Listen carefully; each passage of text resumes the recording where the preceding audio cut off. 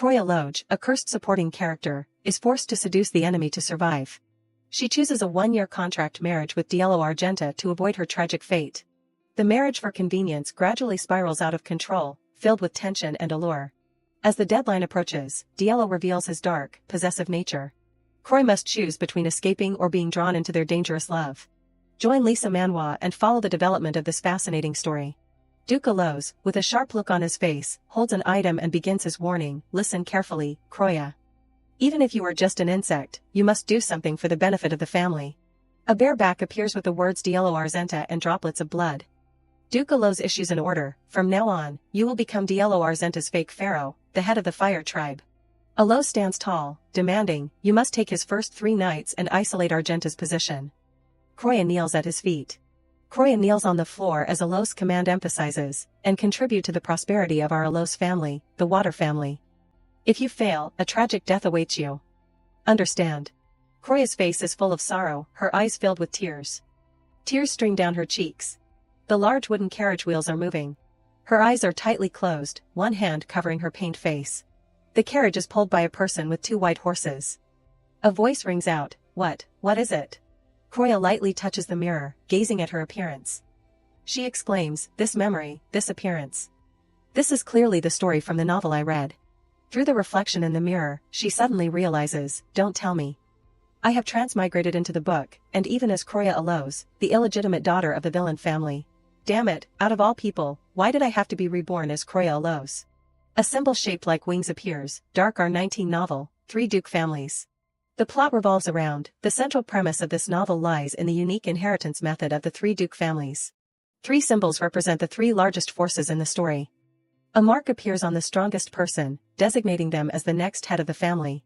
And to fully inherit their power, each current head must spend their first night with their destined partner, called a pharaoh, whose name is magically inscribed on their body. However, if a woman who is not the destined pharaoh takes their first night, they will only be able to live their lives with half their power, never inheriting it fully. And even if they later bond with their true pharaoh, it will be meaningless. Kroya grabs tightly onto her left shoulder, exclaiming, damn it, becoming a pharaoh can't be faked just by carving a name on the body. And more than anything, Kroya seems to be sinking into the cold water. She will die at the hands of the Aloes when the real pharaoh appears. She sits in the carriage, her eyes showing a sharp and determined look. No, I can't die like that. Kroya's feet are stepping down from the carriage. She asserts her resistance. Transmigrating into this body was bad enough. How can I just sit still and wait to die like an idiot? No way. Kroya appears magnificent in the morning sun, her face radiating determination. At this point, I have no choice but to follow the original story. I have to survive at Argenta, no matter what. Her eyes look cold and calculating. And there is only one way for me to achieve that. She stands before a magnificent, luxurious castle. Diallo appears with a gentle smile. He softly introduces himself, I am Diallo Argenta, Miss Kroya Aloes. One can only be stunned by his beauty. It seems as if there is light around him, enhancing his beauty. Kroya's mouth drops open, and she brings her hands up to cover her face, exclaiming, oh my god, of course, the friendly, innocent male lead. Kroya and Diallo sit across from each other in a room of the mansion. Kroya takes the initiative to speak, I have something I want to discuss privately with the Duke. Diallo does not hesitate and orders his guards, leave us. With a sharp and serious look, Kroya formally calls out, Duke Diallo Argenta. Diallo responds with a meaningful smile, yes, Miss Kroya Aloes. Kroya does not beat around the bush but goes straight to the point, actually, I did not come here to be your bride. Diallo's hands, which are holding the teapot and pouring tea, suddenly stop. Diallo immediately regains his composure and asks directly, you mean you want to cancel the engagement? Kroya sits up straight, facing Diallo directly, affirming her purpose, no, I came here as a dealer, until your true pharaoh appears. His usually calm eyes now show clear surprise. Kroya, with a sharp look, places a hand on her chest, confidently stating, as your shield and contract fiancé, I will help you become the strongest head of the family. In exchange, I want you to help overthrow the Aloes family, who threw me away to be a temporary pharaoh. Diallo is silent, his face becoming more unpredictable. His hands take a hold of the cup and says just now. Diallo raises the teacup and takes a small sip with a thoughtful expression, you said until the real pharaoh appears. He is utterly confused because he personally confirmed the mark, I saw my name inscribed on your back, and now, for some reason, you suddenly claim to be a fake. But what you are saying is that Duke Aloes deceived me. Diallo smiles slightly, raising his hand to gently touch his chin. Diallo makes a statement. If that is the case, then we can't sit here and continue talking in peace, can we? She lowers her head, clasping her hands tightly on her lap. She says to herself, I know, that revealed that I am a fake pharaoh, but Argenta will have countless reasons to wage war with Elos. Kroya's long purple hair and graceful back in her ball gown, she continues to explain, I know that. If I really intended to continue deceiving you, then yes, that is how things would be. Kroya's feet rise from the chair, walking confidently. Kroya walks to a large wooden table where many documents and a bottle of medicine are placed. Diallo sits on the sofa, but his eyes are fixed on Kroya, while Kroya's eyes are focused on the bottle of medicine on the table. Kroya stands in front of Diallo, holding up the bottle of medicine. Kroya's hands are opening the bottle cap. His eyes reveal a look of shock, a bottle of healing ointment. Kroya takes the bottle and decisively pours the liquid on her back. Diallo immediately stands up with a shocked expression, You are. Kroya calmly declares, the name Diallo Argenta inscribed on my back. Kroya reaches behind her back to loosen the straps of her ball gown. She stands straight, her eyes looking sideways with determination. Kroya's bare back is revealed, that name was forcibly carved on. Diallo freezes, his face revealing tension. Kroya says with a smirk, doesn't that prove that I am not your real pharaoh? Diallo stands still, his eyes still fixed on the bottle of medicine. His eyes are sharp and cold at this moment. Diallo admits, I know Argenta is unpredictable, but I did not think it would be to this extent. Do you think Argenta would let someone who tries to deceive the family head live? Kroya's bright red dress stands opposite Diallo's firm feet. He does not accept her, no, I would not be allowed to survive, but... The blue magic potion bottle is placed on the wooden table. Kroya declares clearly, I am not going to follow Duke Alos's plan. Even if I did, I know better than anyone that neither side would let me survive. Kroya stands directly opposite Diallo, not hesitating to point out, and the current head of Argenta is known as the weakest. That is exactly why both Elos and Cardio look down on Argenta. Kroya looks directly into Diallo's eyes and repeats the offer, let me say it again, marry me, just for 1 year. Diallo looks at Kroya with a thoughtful and surprised expression. Kroya emphasizes, until your real pharaoh appears, we will keep both families safe, and when your power awakens, destroy Elos. Kroya looks straight at Diallo and makes her only condition, in return, I want you to protect me, Duke. That is the condition of my deal. Diallo's eyes are now full of thought. Diallo raises a hand to gently touch his lips and speaks, you, who came here under the orders of Duke Elos. Diallo moves closer, bending down to look directly into Kroya's eyes, tell me what I need to do to earn your trust, Miss Kroya. Kroya's eyes, with long, sharp eyelashes, show no fear. She admits, I came to Argenta alone, and I can't protect myself here. In other words, Kroya makes an assertion, it is your choice, Duke Diallo, whether you will use me to turn this crisis into an opportunity. Diallo gives a slight smile, full of confidence and somewhat dangerous. A satisfied smile on his lips. Diallo gives a brief answer, very well. The golden ropes decorating his ceremonial attire flutter slightly. Kroya looks up at Diallo, slightly stunned. Diallo moves closer, his hands gently touching Kroya's shoulders, taking the initiative to conclude the matter, let us get married. A pair of feet is walking on the floor. A slender hand gently knocks on the wooden door from inside the room. A voice rings out, come in. Diallo sits on the chair of power, directly asking PL, has it been confirmed? PL officially reports to Diallo that, yes, the name carved on her back is fake. She reacted to the healing ointment, and the traces faded away. Diallo puts his quill pen on his chin, his face showing a cold expression. Diallo remains silent. Kroya repeats her request for marriage, marry me, just for 1 year, take advantage of me, until you find your true pharaoh and regain your power. Diallo stands opposite. His face showing contemplation. Kroya, with a slight smile full of confidence, affirms her value, I am the key to Elos and Cardio lowering their guard. Diallo, with tightly pursed lips and deep eyes. Diallo is well aware of his tragic situation, regain my power, I am not sure what you are basing that on, but Argenta currently has no power at all because I inherited the title of the family. Kroya stands opposite Diallo in her bright red dress and immediately interrupts, no, there is still a way to prevent that. Diallo asks a bitter question, even if my family does not believe in it. From outside the window to where Diallo and Kroya stand facing each other. Kroya refutes, if you were truly lacking in power, the other families would have eliminated you already. And Argenta has the highest intelligence among the 3 families. It won't take long to find your true pharaoh. She smiles and reaches out her hand as an invitation for cooperation, I believe in your abilities, Duke Diallo. Diallo puts the blue quill pen into a jar. Diallo raises his hand to cover half his face, wondering to himself, make a deal with my enemy. Kroya, with her bright pink-purple hair. Diallo notices a change. She feels completely different from the last time we met. Diallo performs the act of sealing a letter. He wonders, is this the real person she has been hiding all this time? Diallo is holding the letter in his hand with a sharp look.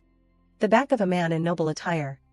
The letter begins with a respectful line, to the esteemed Duke Diallo Argenta. The next content of the letter clarifies, transfer 50% of the income from Argenta's main mines and agricultural land to the Alos family as a title subsidy for Duchess Croya. The letter makes an additional request, in addition, deploy 100 knights from Alos at Tila Pass, a strategic point between Alos and Argenta, which has recently been attacked by monsters. Diallo, sitting reading the letter at his desk, realizes the boundless ambition of the head of the Alos family. He not only wants Croya's subsidy transferred to Alos, but also wants to create a strategic advantage for himself. Diallo's sharp eyes with a murderous look. The letter makes a request, finally, allow Croya to visit the Alos house at least once a month. Having to send away such a precious daughter. I can't stop worrying. Diallo gives a knowing smirk, precious daughter. Diallo's hands hold the quill pen and write decisively, daughter, what a joke, sending her to the enemy as a sacrifice. Diallo calls his trusted subordinate and gives clear instructions, from now on, you will personally serve the future Duchess. One more thing. PL bows respectfully in response, yes, master. Diallo, with a confident half-smile, holds the letter in his hand and speaks, give the Alos family everything they ask for. The workers are carrying large beams and working on high scaffolding.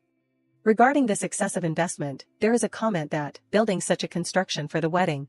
This is too extravagant. PL standing behind confirms, she will definitely become the center of attention at the party tonight, Miss Croya. Croya's expression is extremely beautiful and somewhat melancholic. PL continues to explain, it has been a while since there has been a marriage between the three Duke families. PL, while getting her hair combed, Croya reveals the reason behind it, and above all, everyone will think we fell in love and got married after a romantic affair, right, PL? PL's face freezes, as if she is surprised. PL from behind with her hair being combed shows elegance and confidence. PL, chief maid of Argenta and also, a high-level agent. PL in a very professional fighting stance holding two sharp daggers, her job is to eliminate all threats to Argenta. The definition of her true role is, the path clearer. PL Chibi appears with a gentle smile, while Croya's face is pale and sweating profusely. I have only read half of the original story, but I know one thing. When Croya Alos is revealed to be a fake, PL is assigned to take her head. Looking at herself in the mirror, Croya decides, the deal with Diallo must be kept secret. If anyone knows, it must be PL. I have to check. PL's hand is meticulously putting on earrings for Croya. She calls, PL. PL respectfully replies, yes, Miss Croya Alos. Croya begins a direct question, you were sent here to serve me, by Duke Diallo Argenta, right, hands placed on Croya's shoulders, her face expressionless. PL with a deep gaze replies, yes, of course, he sent me to assist you in everything, from tonight's party to after the wedding. Her eyes are calm, reflecting calculation and composure, so Diallo did plant her. He must also intend for her to protect me as well. Croya officially puts her trust in the female agent, I understand, in that case, I am counting on you. PL responds with respect, likewise, Miss Croya. PL standing behind with her arms interlocked behind her back, Croya still feels the danger, she is smiling, but I am sure she is still very vigilant. I am not here to deceive anyone. But I am still so worried. Croya's eyes reflect shock and admiration at the scene before her. The scene of the Argenta mansion lying close to the sea's edge. She whispers in her thoughts, that is, the endless sea, is not it? PL softly asks, yes, have not you ever seen it before? The emblem of the Argenta house with the image of a red shield as bright as fire, the endless sea, this area is guarded by the fire family, Argenta. The gemstone is surrounded by laurel branches and white swirling patterns, the water family, Alos, protects the endless forest. The emblem of the Cardial house with the image of an entity with many pure white wings spreading wide, the wind family, Cardial, protects the barren desert. A huge magic circle with concentric circles, these protection zones are divided based on an ancient curse. Observing the gaze standing next to Croya, PL asks a question, compared to Alos' endless forest, what do you think? Croya gives a bright smile and exclaims, it is beautiful. PL makes a statement, I heard that people of the Alos family do not like water, it does not seem to be true for the young lady. Croya looks out at the sea and replies, why would I hate water when I control it? Croya with big eyes and expression, that is right. She stands looking wistfully at the crystal wine glass and precious wine bottle. The Alos family has the ability to control water, but Croya in the novel could barely use that ability. Croya's hand is reaching towards the glass of water and the bottle of wine on the table. She says to herself, I will test that with the glass of water. The light yellow water of the wine spurts high from the mouth of the glass, undulating. Kroya is startled and panicked. She exclaims, what is it? From the initial splashing water, Kroya has controlled the liquid to clump together. The wine from the glass transforms into the shape of a gently undulating whale. After shaping it, Kroya controlled all the liquid back into the glass. Kroya looks down at her hand and says in her thoughts, this is smoother than in the original description. No, it surpassed expectations. Her hand emits strong white rays of light, exclaiming in amazement, as natural as breathing. A voice rings out, Miss Kroya Allows, it is time to go to the banquet hall, let us complete the final step. Kroya stands sideways, showing off her slender figure in her ceremonial attire. The tabletop where the glass of wine is full of liquid and the bottle of wine standing next to her. Kroya replies, understood. Kroya walks on the red carpet, a small but powerful figure. A pair of hands is gently lifting the thin white veil. The content asserts, a wedding between Allows and Argenta, shaking the entire empire. Kroya's hands appear blurred under the veil. Standing under the pure white veil, Kroya makes up her mind, I will play the perfectly adoring wife, so much so that Duke Allows won't suspect anything. In the empire, the marriage proposal is a unique ritual. First, the future bride must appear with a white veil. In the distance, Diello stands waiting in his elegant white uniform. Kroya calls out his name, Duke Diello. Diello's eyes with long eyelashes and a deep gaze. He replies, Miss Kroya Allows. Kroya is gradually walking towards Diello on the red carpet. When they are facing each other, Kroya unhesitatingly reminds, you know we need to look like the sweetest engaged couple today, do not you? Kroya smiles meaningfully through the veil. She asks, do you think we can do it? Diello gently puts his hand on his chin considering that. Kroya sees Diello having the expression she was thinking, he is reacting exactly as in the original story, this pure and emotional man, who can't lie to save his life. Is always confused by Kroya Allows' sudden desires and struggles to keep up, but today he can't be like that. The shadows of the two represent the secrets and conspiracies engulfing them. Diello continues to show embarrassment with a blushing face, putting his hand over his mouth. Kroya reminds herself, the last thing I need is a lecture from Duke Allows for not controlling my husband. Diello stands looking at her actions with a pensive face, can't help it. Kroya's eyes are sharp and make a decisive request, then promise me one thing, I will lead, you just need to follow me. The second unique custom of marriage proposals in the empire is, the future bride does not enter with her fiancé, from the Duke family of Allows. Kroya appears with ruby eyes and a confident smile as she walks out, calling out her name, Miss Kroya Allows. Kroya's appearance causes whispers throughout the banquet hall, with doubtful questions, thinking about the fact that the Argenta and Allows families will be connected by marriage. What, Argenta and Allows, forming an alliance, who could have imagined that, have not you heard the news? Amidst the noisy space, Kroya secretly affirms her control, I can hear everything, every word, I wonder how the Cardiel family feels about this.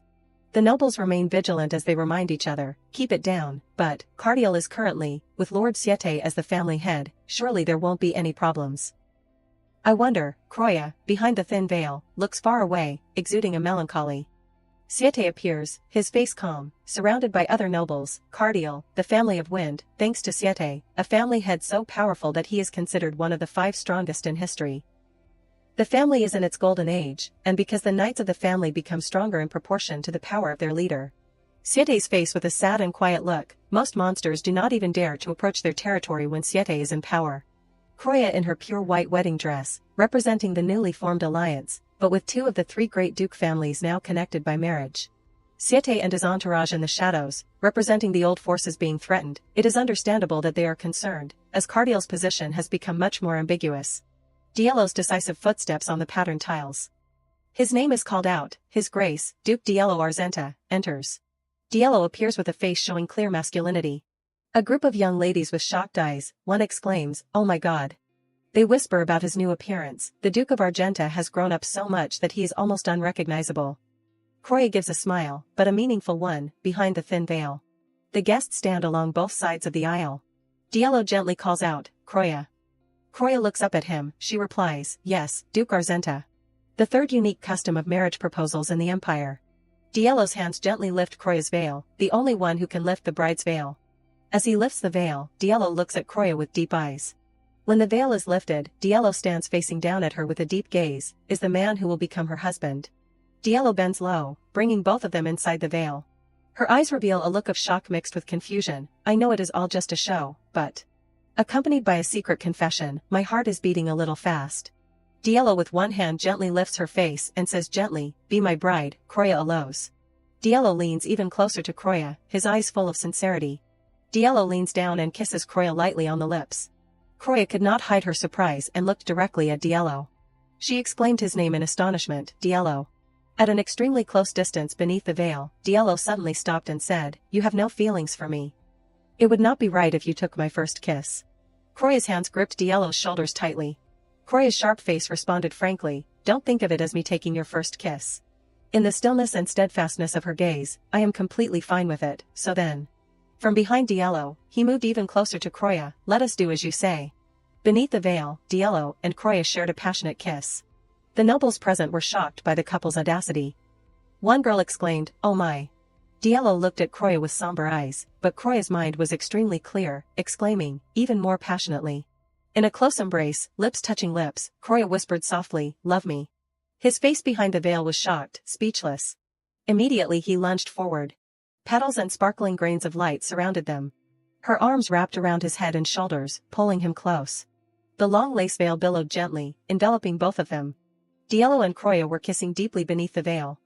Croya's face after the kiss, her eyes were slightly glazed, her cheeks flushed. His eyes showed clear confusion, exclaiming, "Like this."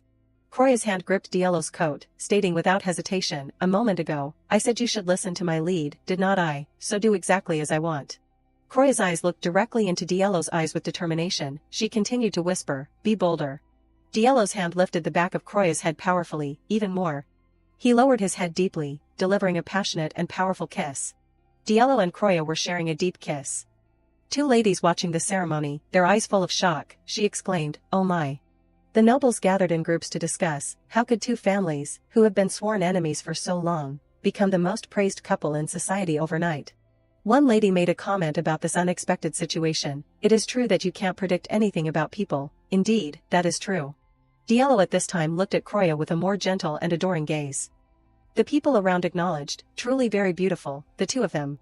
Through the large window, Diallo appeared alone under the sunset sky. A voice rang out from outside, "Duke Diallo." Diallo called, "Come in." Cass Silas opened the door and entered the room, reporting the situation, "As you predicted, Your Grace, your appearance today has caused a great stir among the upper class." Standing in front of the window in the twilight, Diallo replied, "Perhaps it is thanks to the young lady's enthusiasm. Miss Croya Allows has also attracted attention." Cass Silas smiled gently as he reported, "But most of the talk is about you, Your Grace." His eyes showed clear agitation and immersion in his thoughts, "Because you showed a very different side compared to your usual image, sir." Diallo in his youth, his eyes expressing melancholy, weak, behind him were faces with sharp, judgmental eyes, of course they would react like that. Diallo concluded, "Then I think they also viewed our appearance today positively." Cass Silas still maintained a respectful posture, affirming, "That is correct, sir. Rumors about the two of you being a sweet couple have already spread." Diallo stood by the large window and continued to speak, "Good, the more rumors the better, fan the flames even higher, be more careful so that we are not exposed." Cass Silas. Cass Silas bowed respectfully in response, "Yes, Your Grace, I will report back to Arzentia." The door to the room was closed. Diallo raised his hand to cover his mouth, showing that he was immersed in recollection. Diallo's hand was stroking his lips. In Diallo's mind, Croya's words echoed again, "I am fine with it, so let us go even deeper." Croya looked up at Diallo with a knowing smile. Croya continued to push the limits further, even more than now. Diallo bent his head close to Croya, his face showing clear astonishment and agitation. The sentence, "Try to love me." Diallo's eyes widened with a shaken look. Croya's slightly parted lips and the lower part of her face. Diallo's hand was tightening on the veil fabric. Diallo's and Croya's lips touched passionately. Diallo's hand lifted his chin and pressed Croya's face closer. Diallo again raised his hand to touch his chin, softly calling out the name, "Croya Allows." Diallo stood in a thoughtful pose, one hand raised to gently touch his lips. He said to himself, "So it is not just me who is acting." Recalling a Croya with a melancholic and quiet beauty, he drew a conclusion in his thoughts. "The Croya Allows I have seen until now is just a facade, her true self is." She gently lifted the veil, giving a confident smile, "I will lead, you just need to follow me." His face was stern, but his eyes shone with thoughtfulness. "Like this, the fact that Croya Allows revealed her true self in front of me." The back of Diallo stood looking out the window. He made an observation, "Must mean that she is betting everything on this, both of us are doing that." From the maids with brooms sweeping, gathering in groups of 5 to exchange information, to the male staff standing and chatting. Different corners of the mansion, from the hallway to the carved wooden staircase area, it is not normal for the servants. Kroya was soaking in the bathtub. She wondered, to be so excited just because their master is about to get married, is not it? PL stood beside the bathtub preparing herbs to serve her. Strangely, everyone seems to be in a good mood. Even while enjoying the care in the bathtub, Kroya thought to herself, it is not like they do not know how unpleasant I can be. Kroya found comfort when she acknowledged, seeing everyone happy for the engagement is not so bad. At this moment, PL's face smiled gently. The story asserts, Arzencha's Vanguard is a title. Behind the characters is a large circle with rays of light radiating outwards, for those who have a deep connection with Arzencha, and have never betrayed it.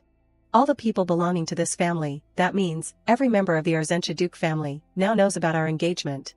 PL carefully helped Kroya bathe, pouring more essential oil into the bathwater. Kroya realized that, it seems like they put a lot of hope after seeing us together. Because we look like a super sweet newlywed couple. PL's hand lifted her hand out of the tub, exactly, so then. Kroya spoke up calling, PL, what do you think? PL's face was highly focused.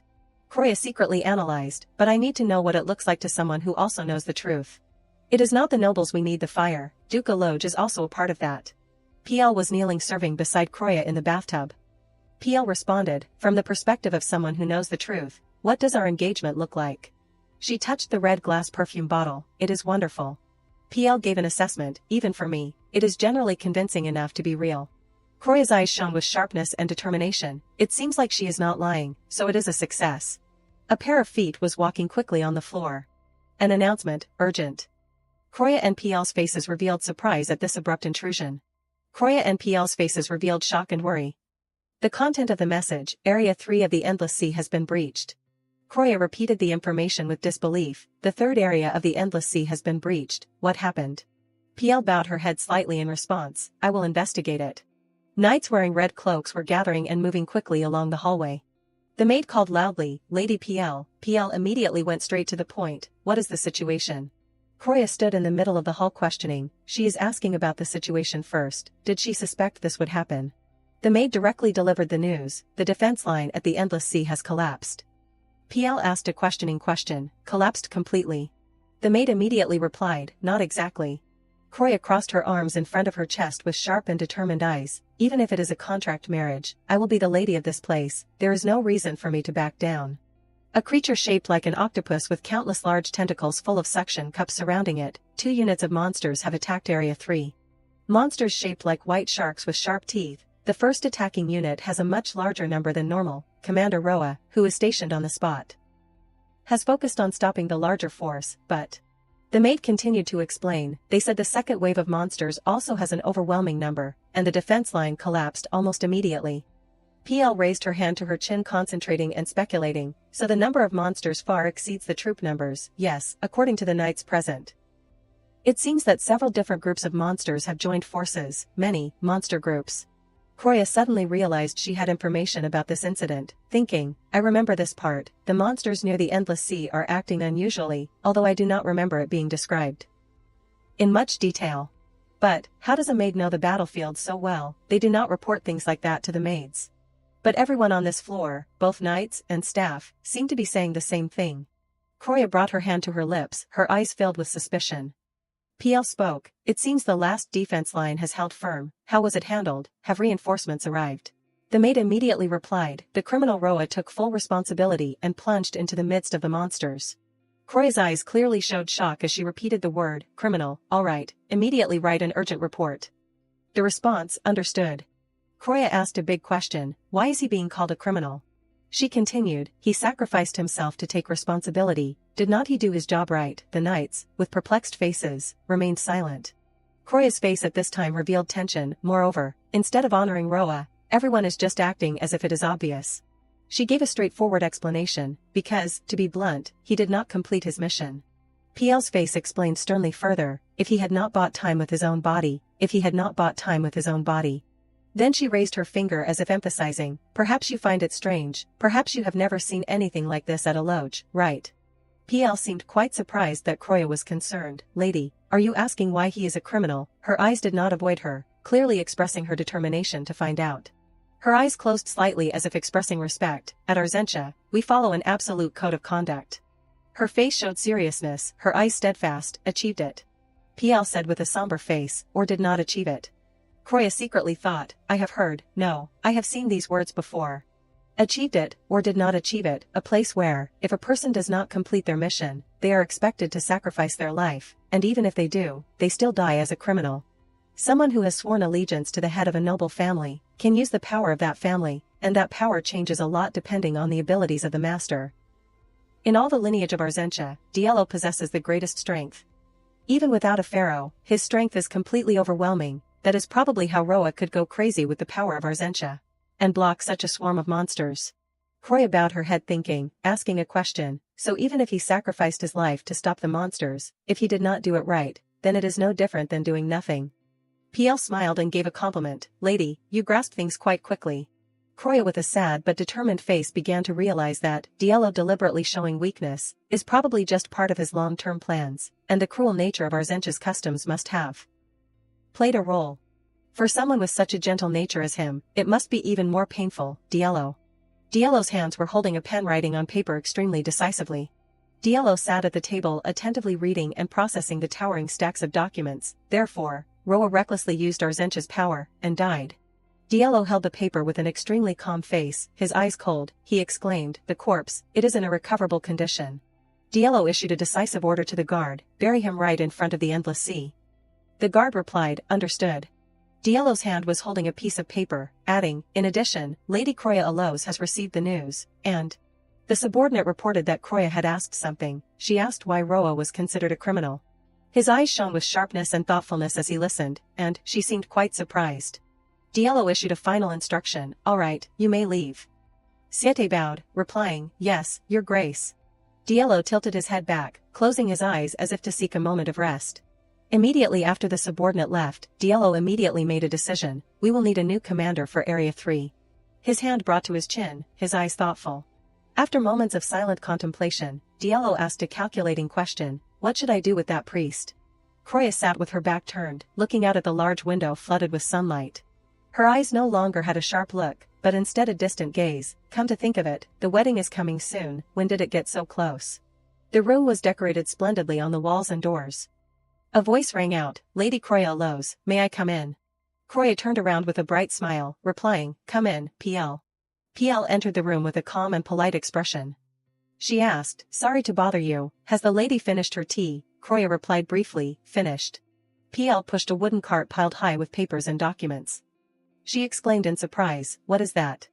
PL explained that this is documents for the project led by Arzentia. This is the full scope of operations, so it will take quite a while to review everything.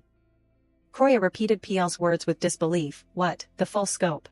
Kroya tried to stop PL with cautious words, wait a minute, PL, I am just passing through, you know that, is it really okay for me to write all the internal operations of Arzentia? Anyway, it is not that I want to know. Contrary to her mistress' anxiety, PL replied decisively, yes, you must know, now, please allow me to clear the table for a moment. PL began to lift the stacks of documents and place them on Kroya's tea table, speaking, the lady of a noble family is not only responsible for collecting intelligence from social circles. She must also manage the family's public image and internal affairs. Then she explained clearly and firmly, that is why Lady Kroya Alos, needs to understand all of Arzentia's ongoing projects, only then can the lady properly fulfill her role as the lady. The thick stacks of documents with densely written lines, all projects, that means even the underground operations as well, so they are telling me that they will entrust me with all the information. Whether it is dirty or not, even the family's darkest secrets. Kroya looked at PL with concerned eyes and asked directly, are you sure it is okay to teach me all these things? PL replied with an undeniable affirmation, that is the will of your master. Kroya asked again in astonishment, you mean, this is Diallo's will? Kroya leaned back in her armchair, raising her hands to her head with a darkened face thinking, Diallo, he has not forgotten that I am a fake pharaoh, has he? He knows I have to back off when the real one appears, this guy, he is too kind, really too kind. She turned to look at PL with hopeful eyes and asked, PL, you do not object to this, do you? PL replied with a radiant smile, of course, I completely agree. PL immediately started working, all right then, let us start with the southern subdivision projects. Kroya only managed to exclaim in despair, PL, wait. This feels like fraud, like I am carrying out a large-scale scam. The atmosphere around was very lively due to the crowd. Conversations, exclamations rang out, I heard the building was built just for the wedding, I am really looking forward to the magnificence of this wedding. That is right. It is truly a historical moment. At this time, in the middle of the luxurious room, servants were meticulously adjusting Dielo's attire. He slowly put on his gloves, his face cold and expressionless. Duke Alos then slowly approached Duke Dielo. His face looked slightly pleased, his tone calm. Duke Alos, everything seems to be going very smoothly. Duke Alos stepped forward and patted Dielo on the shoulder, a gentle smile. Please take good care of my daughter, she has many shortcomings but... He immediately raised his voice resolutely, of course. His eyes carried complex emotions. Now we are bound by marriage, it is time to put aside our long-standing grievances. Please cherish my daughter as your loving wife. Dielo lowered his voice reassuringly. Certainly, please do not worry too much. Then Duke Alos turned and left. Well, I will see you later. He also politely replied, yes, we will see you soon. Dielo then bowed his head, his expression looking slightly heavy. Outside the main hall, the guests were all very excited. Everything is about to start. I am really looking forward to seeing the two of them too. Duke Alos is coming. He led the group, appearing with a dignified air. Excited voices, joyful laughter rang out. Congratulations Duke Alos, you have built a great relationship. What better reason to celebrate than this? Duke Alos then sat down to rest. Thank you for everyone's concern. Please excuse me for a moment. He respectfully spoke. Yes, please sit. He waved his hand slightly, spiritual energy immediately swirled. A stream of water immediately flowed through the castle. Oh my, the water, as expected from Alos, the water family. The calm stream of water suddenly appeared with shimmering ripples. Look, there are even small lights reflecting on the water's surface. It is truly very beautiful. Dielo slowly appeared. Please welcome the bride and groom. Kroya in her magnificent wedding dress was also entering the wedding hall. She slowly walked towards him. The eyes of the two met, the space was briefly quiet. Kroya suddenly avoided eye contact, her appearance full of embarrassment. Duke Alos watched calmly with deep eyes. Her face looked slightly heavy, falling into contemplation, looking at their reactions. It seems like the plan with Dielo has not been discovered. Kroya's eyes turned to the left, the seating area on the groom's side. She immediately sighed, her face looking somewhat complicated, all empty, just like I thought. Kroya fell into contemplation. Based on the original story, Duke Alos must have killed them. She turned to the man who was standing by her side, Dielo. Kroya helplessly followed, wondering, does he know that Duke Alos is the culprit? She turned with helpless eyes, heavy, however you look at it, he does not seem to know. If he really knew, he would not marry the daughter of the enemy who killed his parents. Kroya secretly decided, her eyes became strong. Poor man, I will help him eliminate Duke Alos even with just this little strength. The priest spoke in a gentle voice, carrying dignity. We will now proceed with the wedding of Duke Dielo Argenta and Lady Kroya Alos. The corners of their lips slowly blossomed into a smile, their appearance hesitant. Here, the two will promise to be forever connected as one. Now, may the wedded couple exchange their vow kiss. The water formed an arch that looked very romantic. Dielo suddenly knelt down, that is. His eyes carried respect. Kroya fell into contemplation. The seal of the Argenta family has been hidden until now. More precisely, it prevents the abilities of the family head from developing. If the true pharaoh purifies that seal, the power of the family head will burst forth. But if someone who is not a pharaoh takes it, the abilities of that head will no longer increase. Dielo and I must protect it. Dielo's hand gently lifted Kroya's face as if cherishing a priceless treasure. My beloved bride. A deep and passionate kiss was given. His deep voice rang out beside her ear, carrying an irresistible charm. We should look a little sweeter, should not we? The corners of her mouth slightly tilted up, her voice soft and enchanting, of course. Dielo took another step, the distance between them almost disappeared. Then, this time, I will lead you. The witnessing guests could not hide their embarrassment, admiration. He suddenly looked at Kroya with sincere eyes, carrying reverence. Thank you, Kroya, for marrying me. As soon as Dielo picked Kroya up high, the atmosphere was about to explode. Oh my god. Her eyes carried a complicated expression, a happy smile. Dielo, today, is truly a great success. The luxurious carriage was quickly brought over. He put his arm around Kroya, his tone indifferent. We will depart right now. Duke Alos smiled congratulating. I hope the two of you will enjoy your honeymoon. The two quickly moved into the car. Dielo waved his hand slightly and ordered, let us go. He replied respectfully, yes. His eyes carried complex emotions, a deep voice, we should go too. He gently took her hand and opened his mouth naturally. It seems the wedding was held very smoothly. Kroya smiled politely, wasn't it? It was completely successful. Her eyes carried a hint of meaning, her tone teasing. Now we just need to keep Dielo's purity intact. Dielo immediately became shy, avoiding eye contact. I am so sorry. Kroya then said to herself, her appearance relaxed, don't worry, Diallo, tonight, I will just hold your hand. Her face could not help but show surprise, muttering to herself, it seems the rumor that Argenta has a lot of money is true. He built an entire castle just for the wedding. A luxurious, magnificent villa appeared, and now, a villa for the honeymoon. He turned, his eyes seemed to be immersed. Do you like it? Kroya could not help but exclaim, yes, it is really beautiful.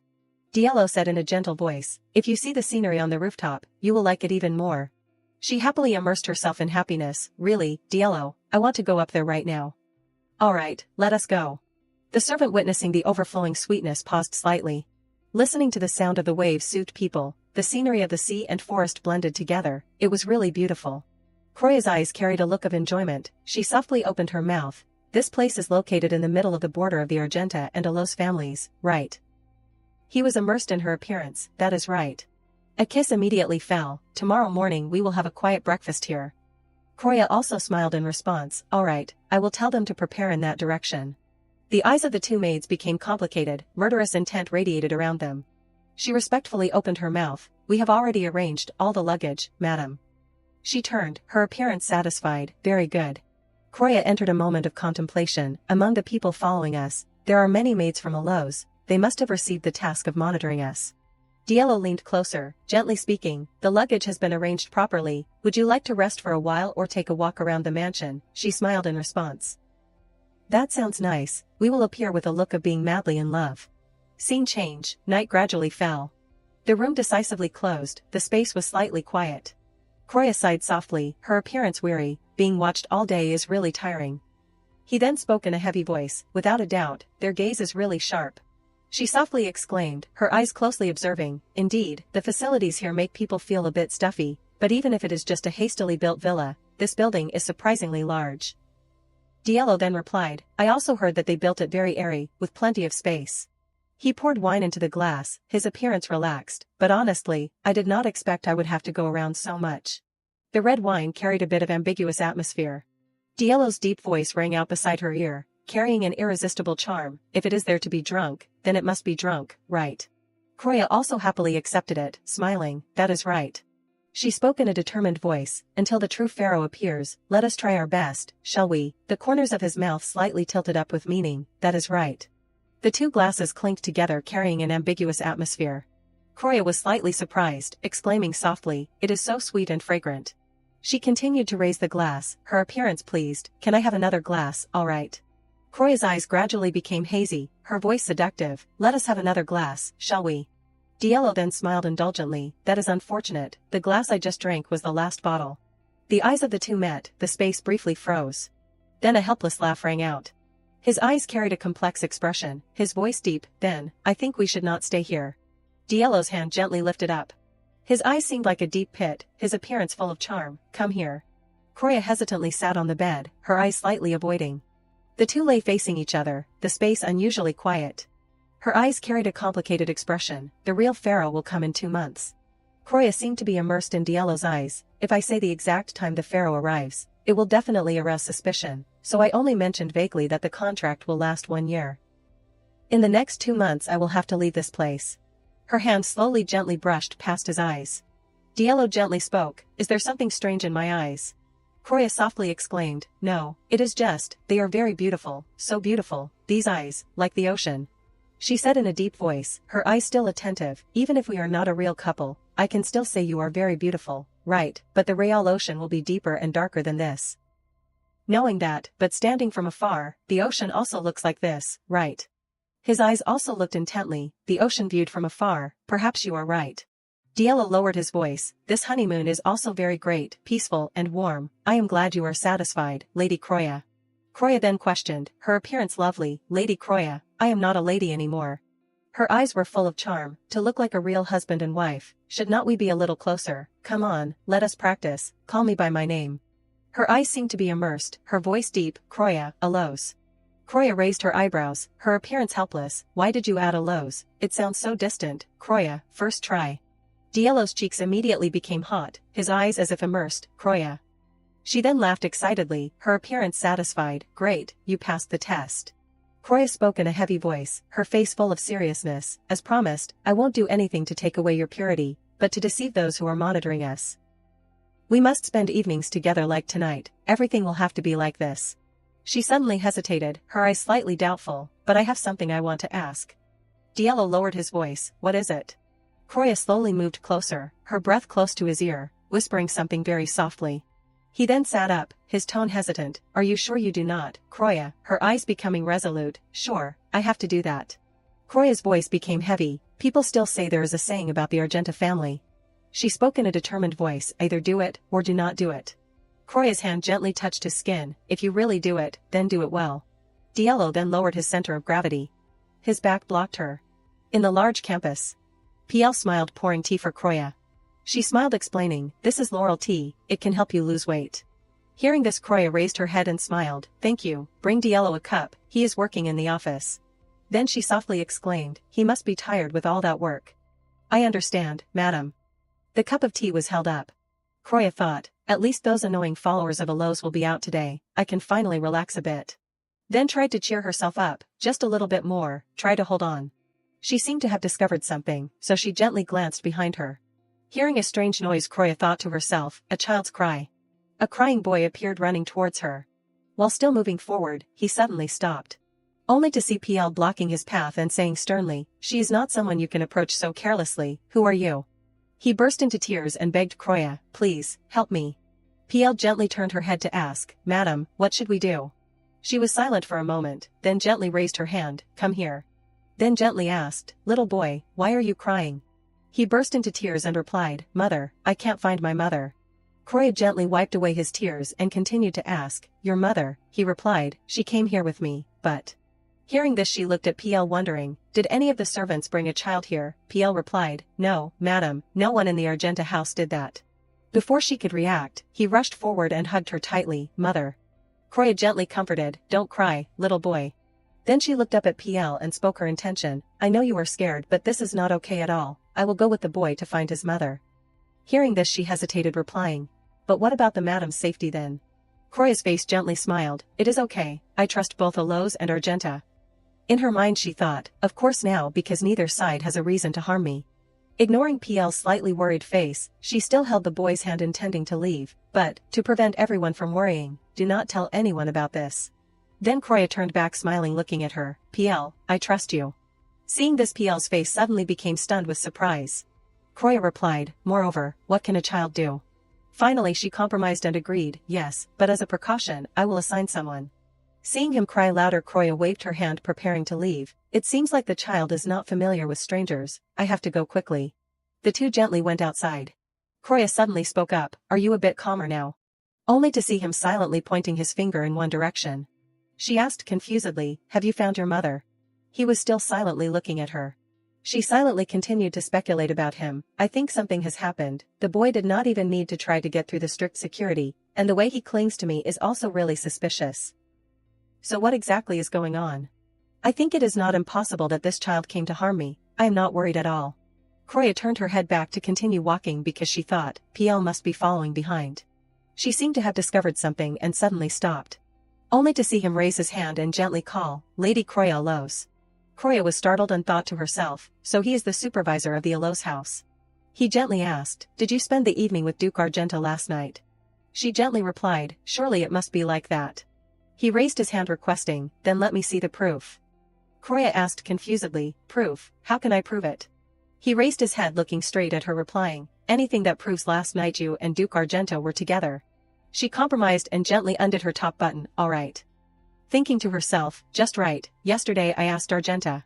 Suddenly she remembered the image of the two of them last night. The button opened revealing the hickey on her neck.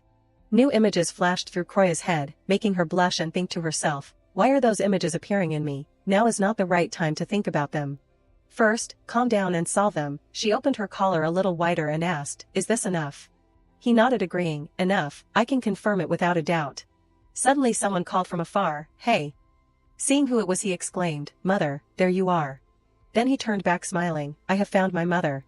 After saying that he rushed to hug the person in front, mother. Seeing this scene she absent-mindedly thought, and just in time, his mother appeared. Then Croya gently turned her body around, I guessed that they came to check. But I did not expect them to check this way. I did not think there would be a scene in the original story, where Alos confirmed about the wedding night. No, in the original story, the most noteworthy thing was when Croya decided to deceive Argenta, but the truth was, she spent the whole night with him. Thinking of this, she gently placed her hand on her chest. That image appeared again in Croya's mind. At that time she lay down looking at him. Croya gently asked, Diello, these hickeys, can they be erased? Diello silently looked towards her. Then he touched Croya's skin and replied, these marks will definitely still be here. Croya confusedly thought to herself, I do not know why these images are appearing in my mind right now, but... She blushed thinking back, Not being able to stand it, she covered her face. Why is he so good to me? Croya returned to her matter. At the same time Diello stood from afar looking down. His eyes only focused on her. Diello still silently observed. He suddenly remembered what she said from last night. I need to prepare for the unexpected situations that might occur, so, I have something I want to ask. Diello gently placed his hand on the glass and thought, how could she predict that some people would be sent from Alos? Is it because she knows exactly how careful Duke Alos can be? Or is it because she has always been on the same side as Alos? The defense barriers of Argenta are very solid. On the outside are high and sturdy walls. And on the inside are shields of protection and strong support. Croya Alos, because I can't fully trust you yet. I will bring you inside the protection of the Argenta family.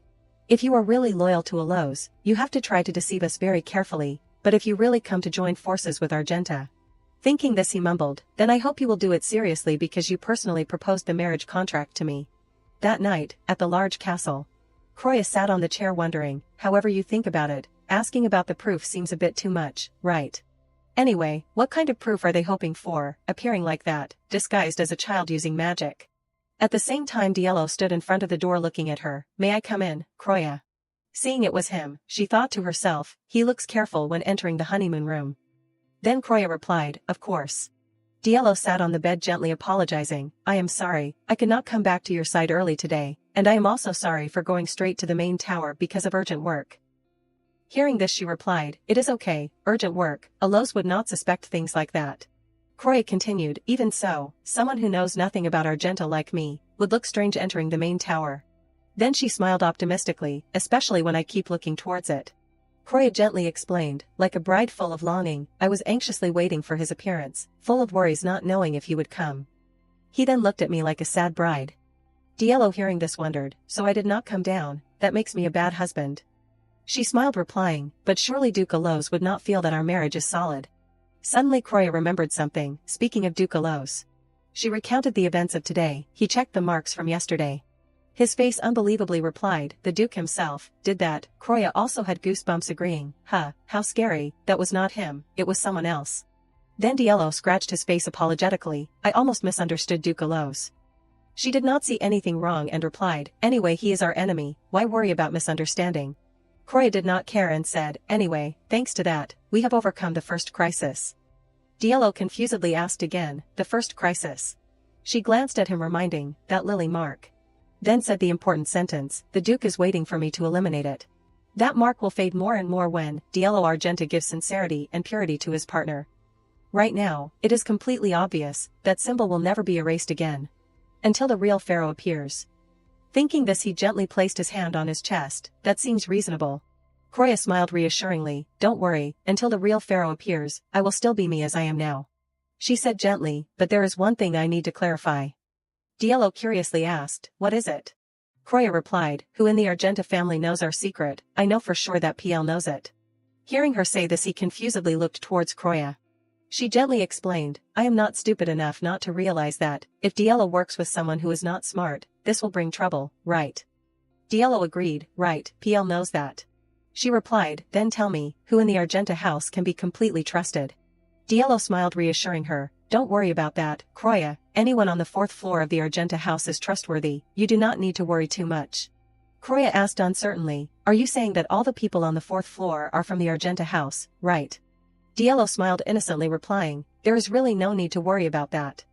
Seeing his expression she thought, is it really okay with this innocence? He gently raised his hand, a stream of energy condensed on his hand.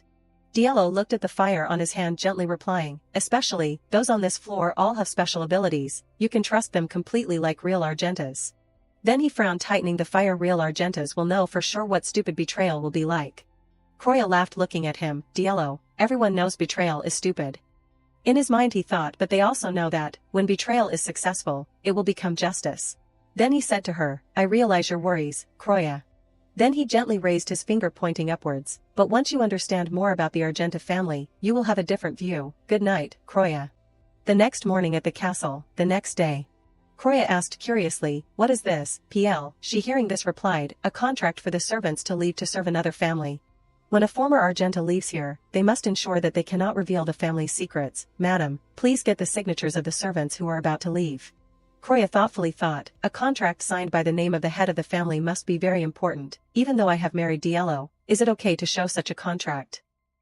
A relationship only bound by marriage. PL gently asked her, everyone is waiting to sign, can I let them in, madam? She held the paper replying, they are already waiting, then bring. While reading the letter in her hand Kroya suddenly spoke, wait, PL. The contents of the letter clearly stated, from the moment Mirta signs this contract, he has renounced the name Argenta and will never call it again, should he try not. The fire of the leading family will burn him and everything around him, Diallo Argenta. Seeing this she worriedly thought, the fire of the leading family. Kroya confusedly asked the person opposite her, PL, is this type of contract common? PL bowed her head replying, not common, but not entirely unheard of, I have not seen anyone break the contract. Kroya stood up asking, is this an Argenta house tradition? She replied, that is right. Her face sadly thought, Diallo is so gentle and kind, could he really burn someone? It feels strange. Finally she replied, understood, then, let us go. Yes, PL nodded, madam. The door was opened. PL gently led her forward. Then she turned back pointing, this way. The guard beside gently grasped the door. The door opened revealing the person inside. He gently introduced, good morning, madam, it is an honor for me to meet you, my name is Mirta. Seeing this Kroya thought, this is the servant I am signing the contract with, Mirta. Seeing the thing under the table she pondered, that is a quill and dagger.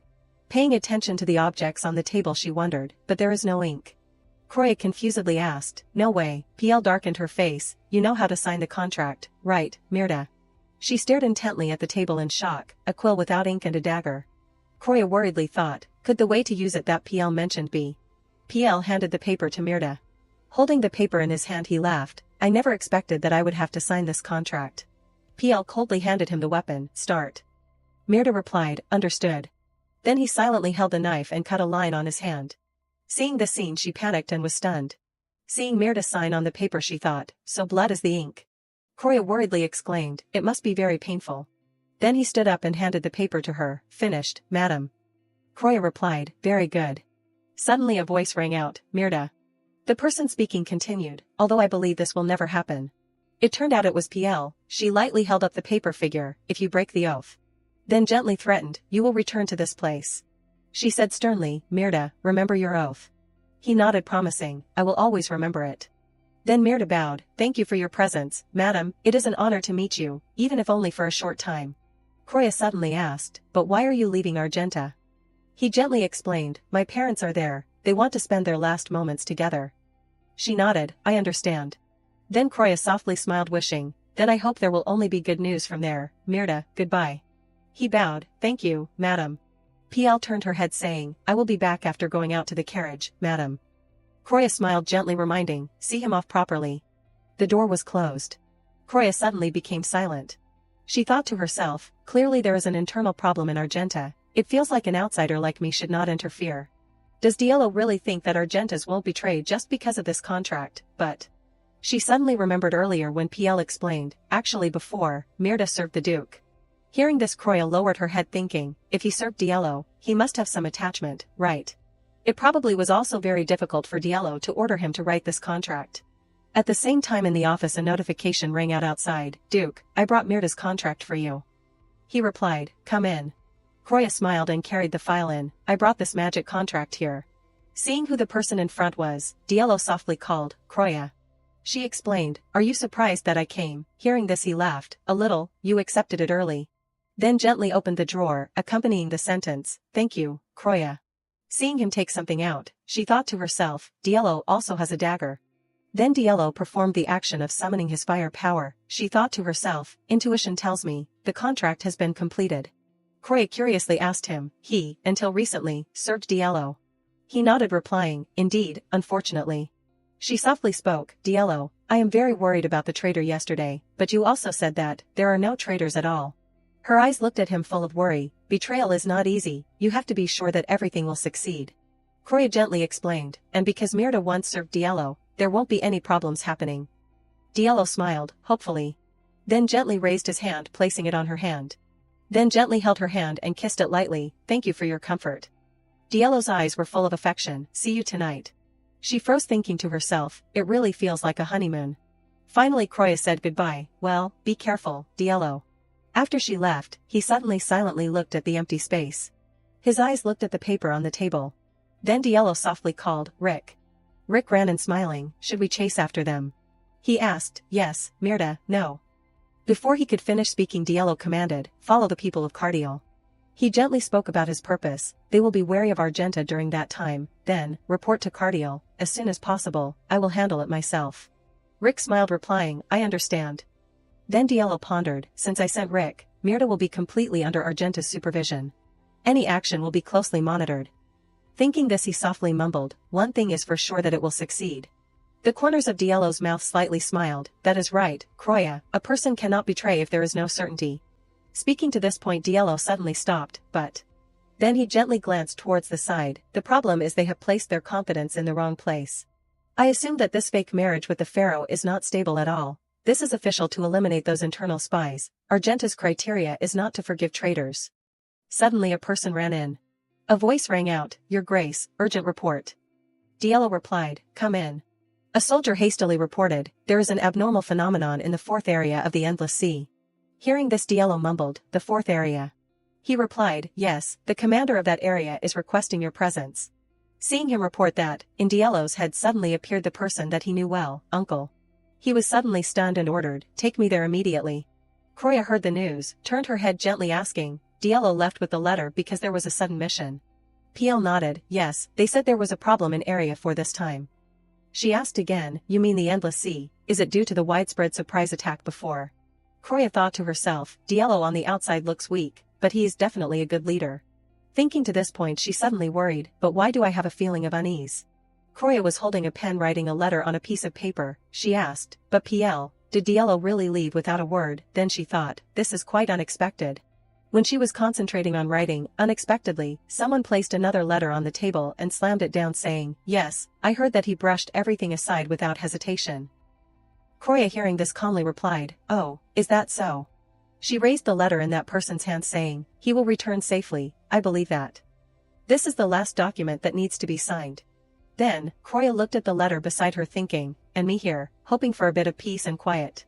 Ah, so it is not a letter but a supplementary document for the shadow recipient. She asked, shadow recipient, what is that, PL?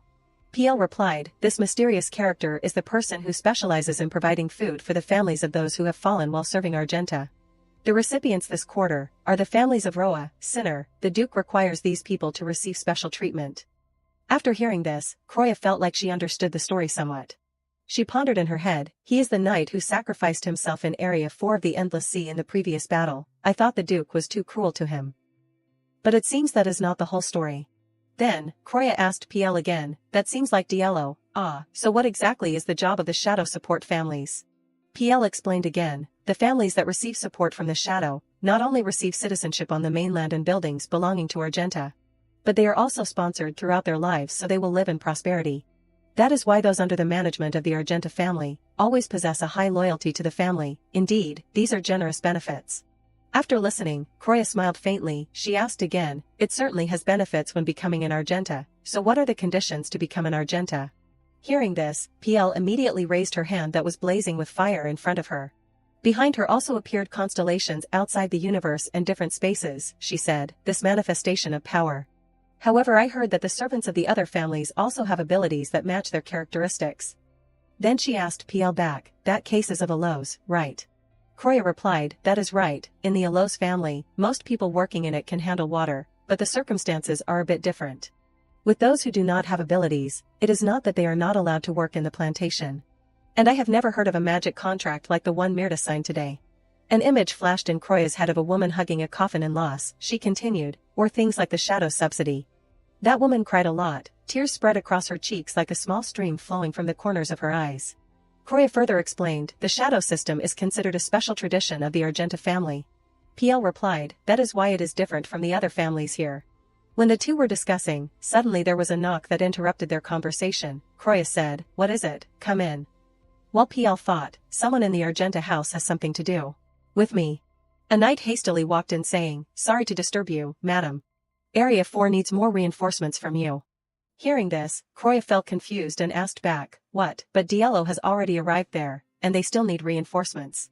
He replied, yes, this request is directly from the Duke. Coming to this point, Croya started to think about that, the strange feeling now has been experienced. This is an accident that Diallo's only uncle, Radius Argenta, lost after going crazy, an event that marked the crisis between Diallo and Argenta. This is an accident that occurred after Croya married Diallo Argenta, and before the true pharaoh came to this villa. It seemed that Croya had understood a part. She asked, how many reinforcements are needed? The knight continued, he said that the battle lasted longer than expected, and he needed enough forces to regain control of that area. PL hearing this breathed a sigh of relief, at least that is not worrying. But Croya thought differently, she felt extremely uneasy. No, they do not know that the situation is gradually becoming serious. Her hands tightened together, the only reason a former commander like Radius has to leave, even with Diallo's support, is because in the entire history of Argenta, it is not that they have never predicted the appearance of a monster capable of using water energy. That is why Radius had to burn all his spiritual power, and become crazy. Area 4 is protected, exchanged for the life of Radius, but, if I just let things go on like this, things will even become more tragic than the beginning many times. Radius Argenta is not only Diallo's blood relative, but also the pillar for the Argenta family army. Obviously I can't stand by and watch him die, I won't handle this recklessly. This is also for my safety in the future. And in terms of scale, let us make it as big as possible, send more reinforcements immediately. Croya immediately ordered. But in her head there was a struggle of thoughts. Croya thought again, that is right, I am the only one who knows about the monster first, I must also participate by quickly saying it out. After thinking through, she smiled and said, and as for the scope of deployment, I think it is better to let the soldiers decide instead of me. Hearing this the two immediately bowed saying, we understand. But Croya added, however, gather all the escort team for me too. Hearing this the two looked surprised asking back, what did the madam say? Without hesitation, Croya said, that area is near water and I am in a lows. Her teacup was still full at this time, it seemed she still had not taken even a sip due to the nature of her work. But strangely, the tea in the cup was like a ripple that protruded from the mouth of the cup. The water in the vase on the table was also the same, in an instant, the two waters blended together, so it was Croya's controllability. The knight continued, if they need to strengthen the power, even when Diallo is there. While PL widened her eyes in surprise and looked over the ripples created by Croya. Croya continued, the situation there may be more serious than we thought. Because the area is near water. Shouldn't an Alos, who can control water, go? The two after listening immediately bowed their heads, I will report back immediately after the meeting, madam, yes. For the Argenta family, for Diallo, at the window, where it continues the beautiful sunlight. Croya's fair hand was also raised as if receiving that warm sunlight. Then she quietly by the window thought, and for her own future too, I must prevent this tragedy. On the other side, Diallo was breathing heavily. Currently this is a battle between him and Watery with huge waves no different from tsunamis. Now, looking back at the waves created by Watery, along with the sea monsters, he thought, I hate the sea. From afar looking back, the sparkling ocean seems endlessly beautiful. But the monsters there are always eyeing the mainland. And with each sacrifice of the Argenta family has done as promised. To protect this land from that threat. I can shout out how much I hate the ocean. Thinking back to when he was young, Diallo was sitting crying alone in the room, the surroundings were extremely dark, thus showing how lonely his memory was. At this time, Radius, Diallo's uncle was standing outside the door of the room. He approached calling, Sir Diallo. In the corner of the bed, Diallo replied in a choked voice, Uncle. That voice seemed very scared, I hate the ocean, because the creatures that appeared from that place, everyone Radius approached his nephew comforting, wipe your tears, many people are looking forward to Diallo's collapse, you have to be strong. Then he reassured, now, you must get used to sacrifice, and not easily trust anyone. He put his hand on Diallo's shoulder reminding, don't look at the Argenta family as an individual, but as a collective. To survive, you must be stronger. Hearing this, Diallo's tears flowed profusely crying in a choked voice, Uncle. And in that evening, the two uncles embraced each other in indescribable loneliness. For him, Uncle Radius was not only an uncle, but also like a father always looking towards his son. Returning to reality, while fighting, he thought, the reason I am thinking about him today must be because I am about to have to move troops to the place he used to command. Holding the horse's reins, he thought further, I have a very bad feeling about this time.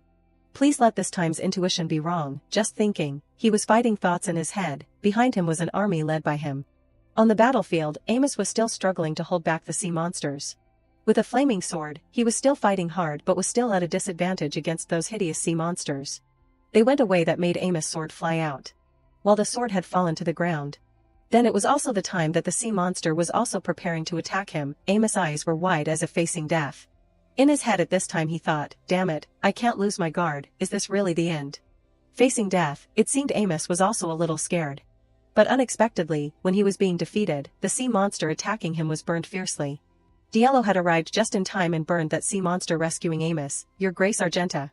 Then, his hand drew out his sword. Then swung at the sea monster army, burning all of them. Seeing this, the other knights happily cheered, the commander has arrived. Uncle Radius, seeing this, also happily said, Your Grace Argenta. Holding his sword firmly, Diallo gave the order, the flame of Argenta must continue to burn, no one is allowed to retreat. Then with the flaming sword in his hand, he shouted, all forces, attack. Seeing that large army, the sea monsters also retreated towards the ocean. Two knights nearby happily said, they are retreating, is everything over? But at this moment, Watery's hand rose up. The sea monsters seemed to have been hypnotized, they once again returned to the mainland and knocked down all the people on it. Everyone here seeing this was extremely scared. No way, a monster is using water energy, the monsters are even more than before. But for Diallo there was not a bit of fear. He swung his sword, slashing a line of fire, aiming to defeat all of them. That flame was like a cannon firing straight at Watery. But she was also not easy, she used water to dissolve Diallo's fire. In an instant, Watery had created a tsunami in front of Diallo as if wanting to swallow him whole. During this time, Diallo felt confused, it seemed his mind thought that it was impossible to defeat her. He thought, the flames can't touch them, at this distance it is impossible to break those walls. The tsunami was getting bigger and was rushing ashore, engulfing everything. The sea monsters at this time also rushed up. As if accepting fate, Diallo's eyes became steadfast, so the reports from the desert, where it is ruled by Cardiel, who uses wind energy, about the monsters using fire energy were true. They said that the Cardiel commander, after growing strongly with the pharaoh, had to fight the creatures immediately, those who have never grown to that point. All I can do is hold them back. Besides, although I called for assistance from the manor, I could not see these monsters as a variable, so they could not help much. Uncle Radius at this time came out saying, I will try my best and stop them. While Piello was still blaming himself, it is my fault for only asking for a small force, and underestimating those variables.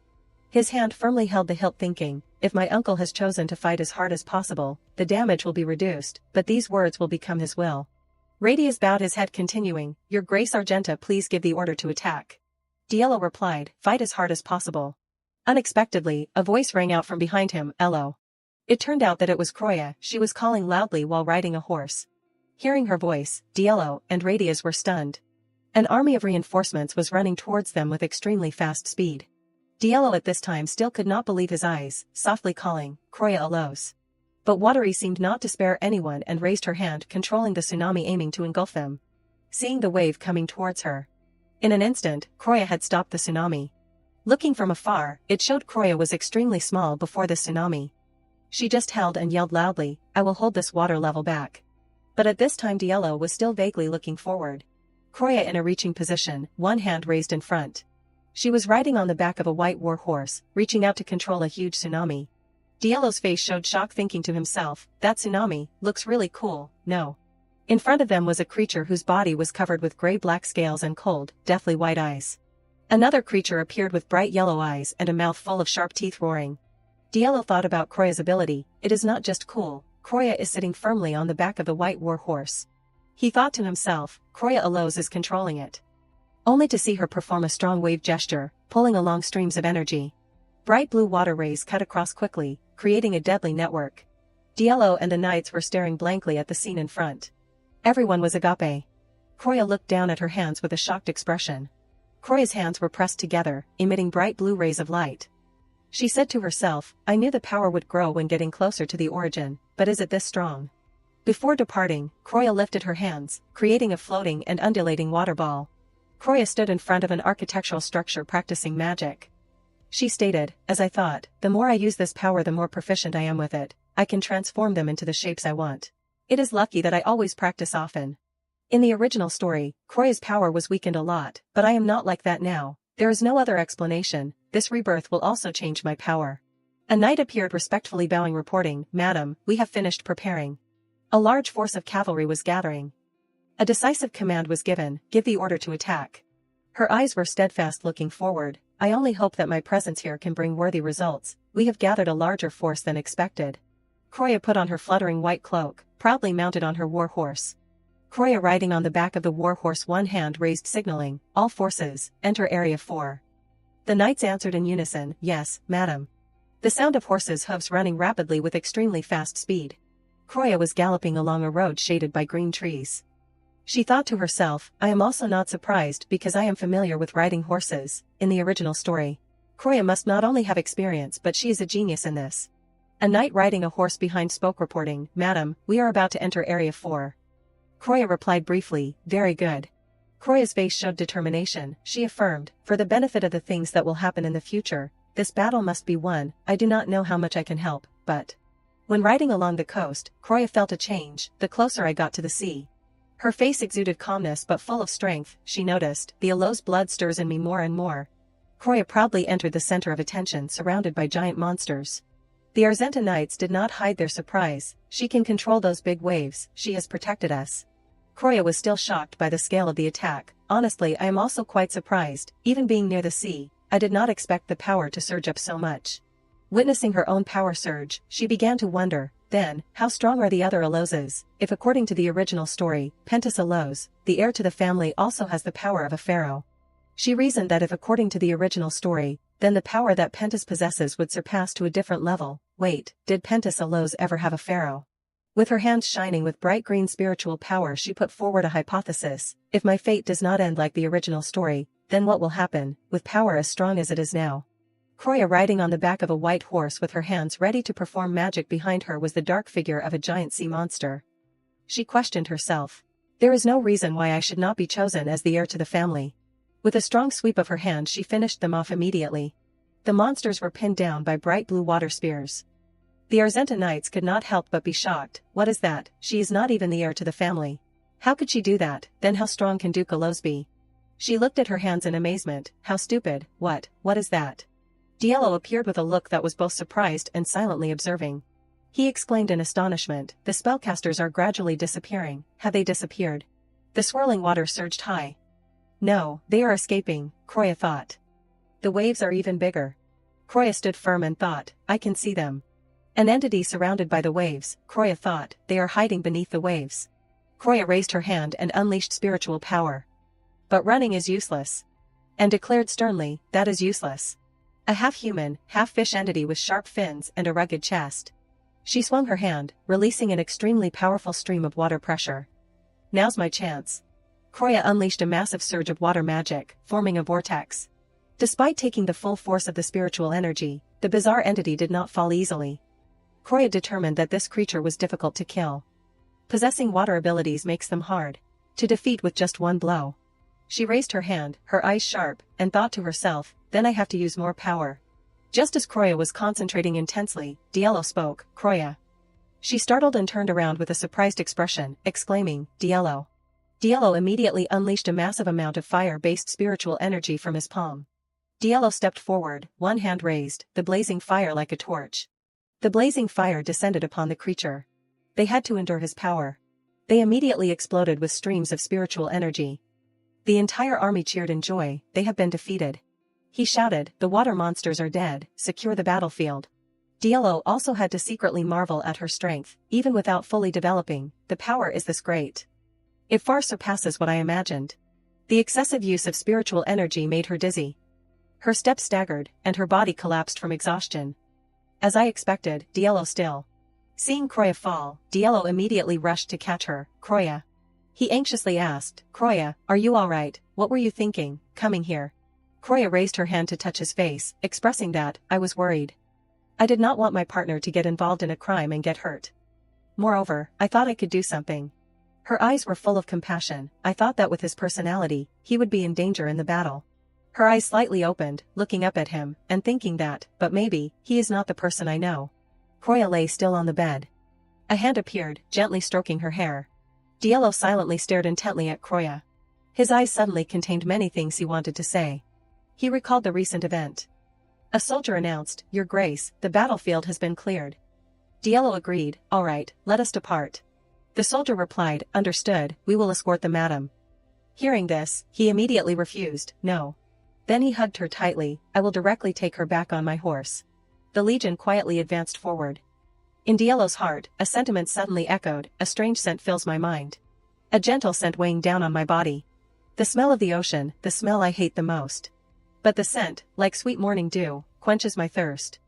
Thinking this, Diallo hugged her tighter and softly called, "Croya." Suddenly he denied, "No, Croya."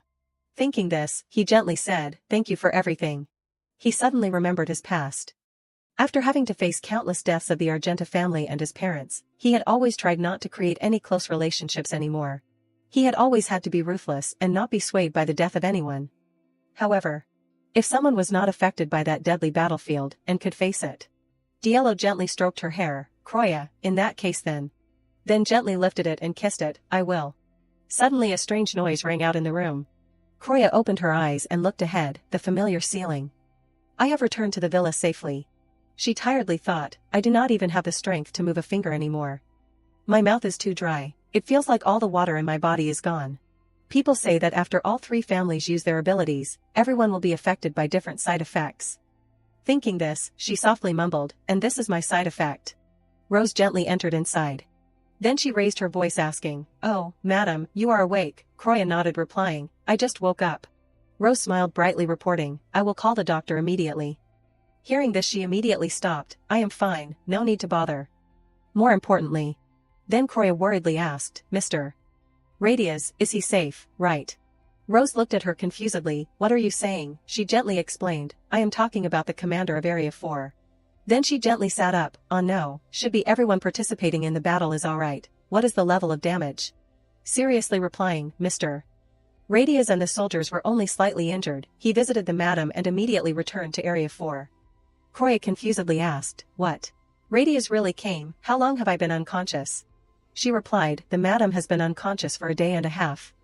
Croya shouted in panic, "A day and a half?" Rose nodded, "Yes, and thank you for your support, the damage in Area 4 has been minimized."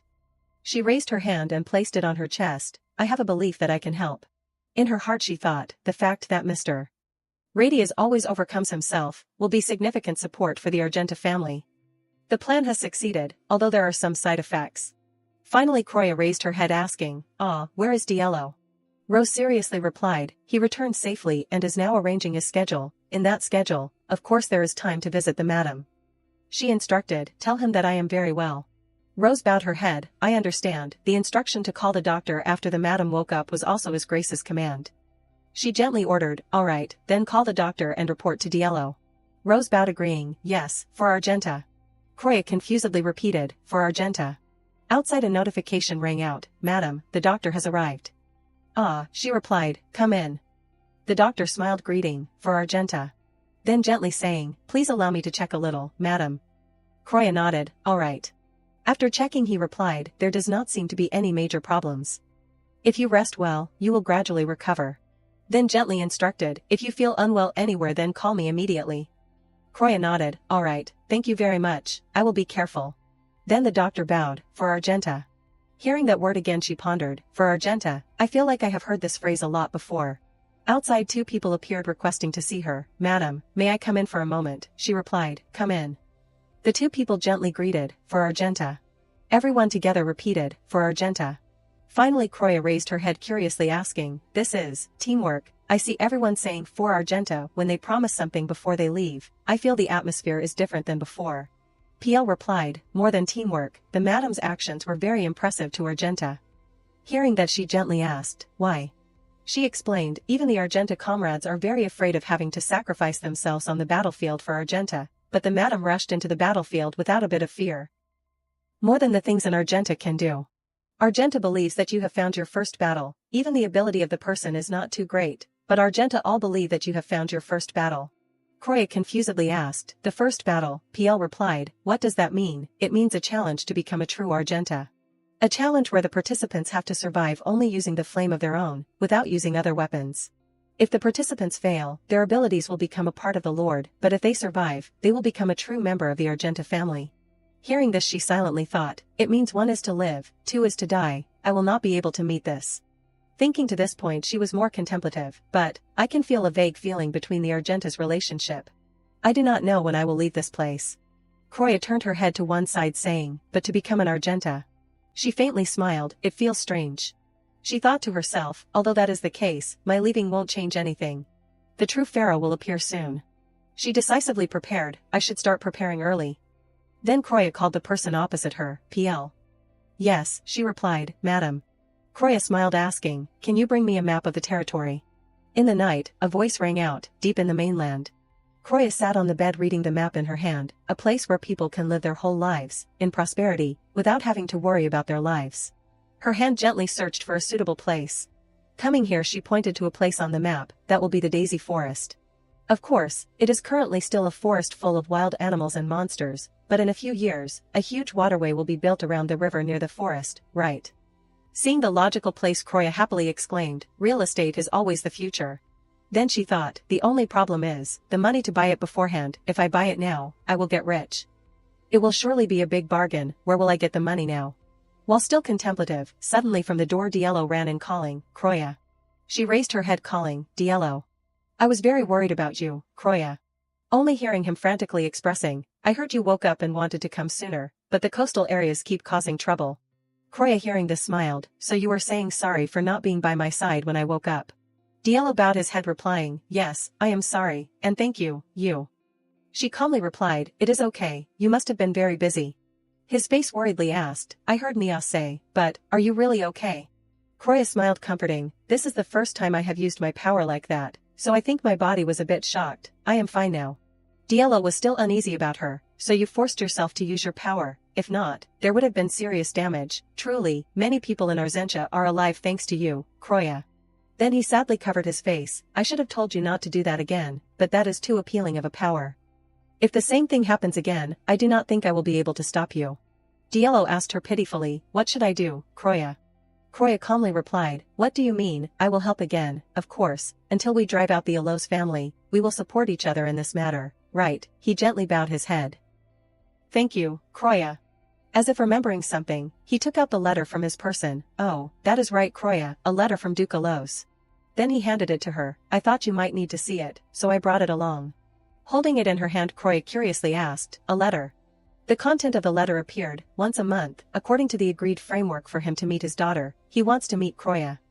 Reading to this point she mumbled. The purpose of this letter is probably. Croya put forward her question, to check the progress of the plan to steal Diello Arzentia's purity. She silently pondered, in all the time, right at the moment I am trying to manage future plans, of course that is something that only Duke Alos would do.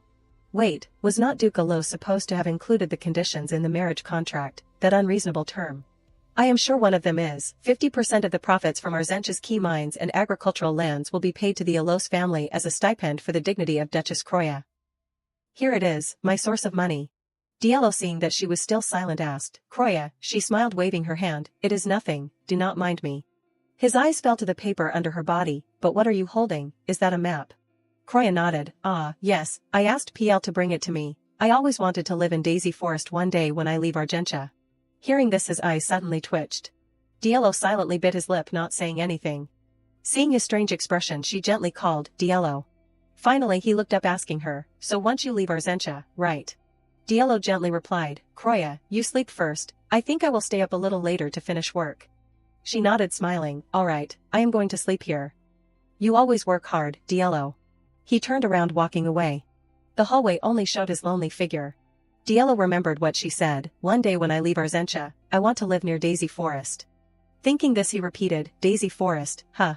In his heart he incomprehensibly thought, why does she want to go there? Because the large river flows near the forest, a small chance, but maybe she wants to use the power of the river to wipe out all the Alos, and then face Arzentia alone. Thinking to this point he stopped his feet, no, she is not that reckless. Diello's face suddenly darkened, He was confused, is she really going to leave? I thought she was smart. Diello's eyes suddenly became terrifyingly silent, he mumbled, then why does she see this side and not see the other side? Kroya Alose has become too deeply fascinated with Arzentia. No way Arzentia will let her live peacefully. When the true pharaoh comes, Kroya will not come to Daisy Forest. He confusedly thought, she will be abandoned, she has run out of value, she should be killed, that is the plan. Diallo asked himself, then why am I hesitating? Just because she is the only one who has cooperated, just because she saved so many people at Arzentia. Just because her power is desirable, just because. Suddenly in his heart appeared Kroya's bright figure.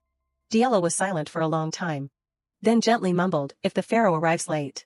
Finally he replied, I think everything being the same is also okay. His mouth said that, but Diallo's face was sad. Actually, before, this could have been better. He gently reassured himself, yes, you are too good for the Alose family, to the point that you shine brightly. In his heart he suddenly remembered her, if you really were the pharaoh. The next morning Kroya sat on the carriage waving her hand, I will return safely. Her face confidently replied, I am very good at acting, so do not worry. Diallo smiled, all right. She gently said goodbye, then, I am leaving. He smiled nodding, all right, I will wait, depart now. Diallo Argenta. Duke Alose happily walked over to greet Kroya. Kroya, come in, are you well? Just seeing him she slightly bowed, it is an honor to meet you, Duke. Thanks to your generosity, I had a happy honeymoon. As soon as Kroya finished speaking Duke Alose opened his mouth, happy greeting, there are some snacks in the living room.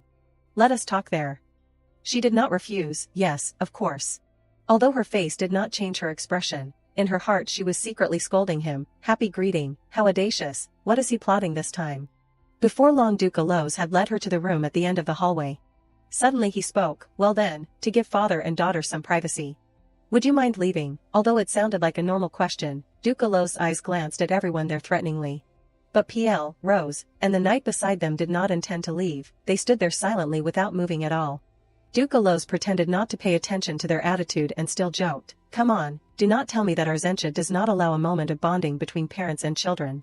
Or, you do not think I would harm my daughter, right? He used a stimulating trick again with PL, but she still faced him calmly. Kroya seeing the two talking in such a tense atmosphere at once also made her tense. After a while of talking and whispering PL, Rose and the knight also gave way and retreated. Duke Alose was very satisfied with that attitude, good, that is right then. All three of them could only stand and watch as Kroya was brought into the room to talk. The two high-ranking knights that Duke Alose brought their tone of speaking with others was the same as him, then please wait outside the manor until the conversation ends. PL and the two people could only stand silently waiting outside. Entering the room sitting down to talk, Duke Alose spoke first, so, how is everything progressing? I heard the two of you are practically inseparable.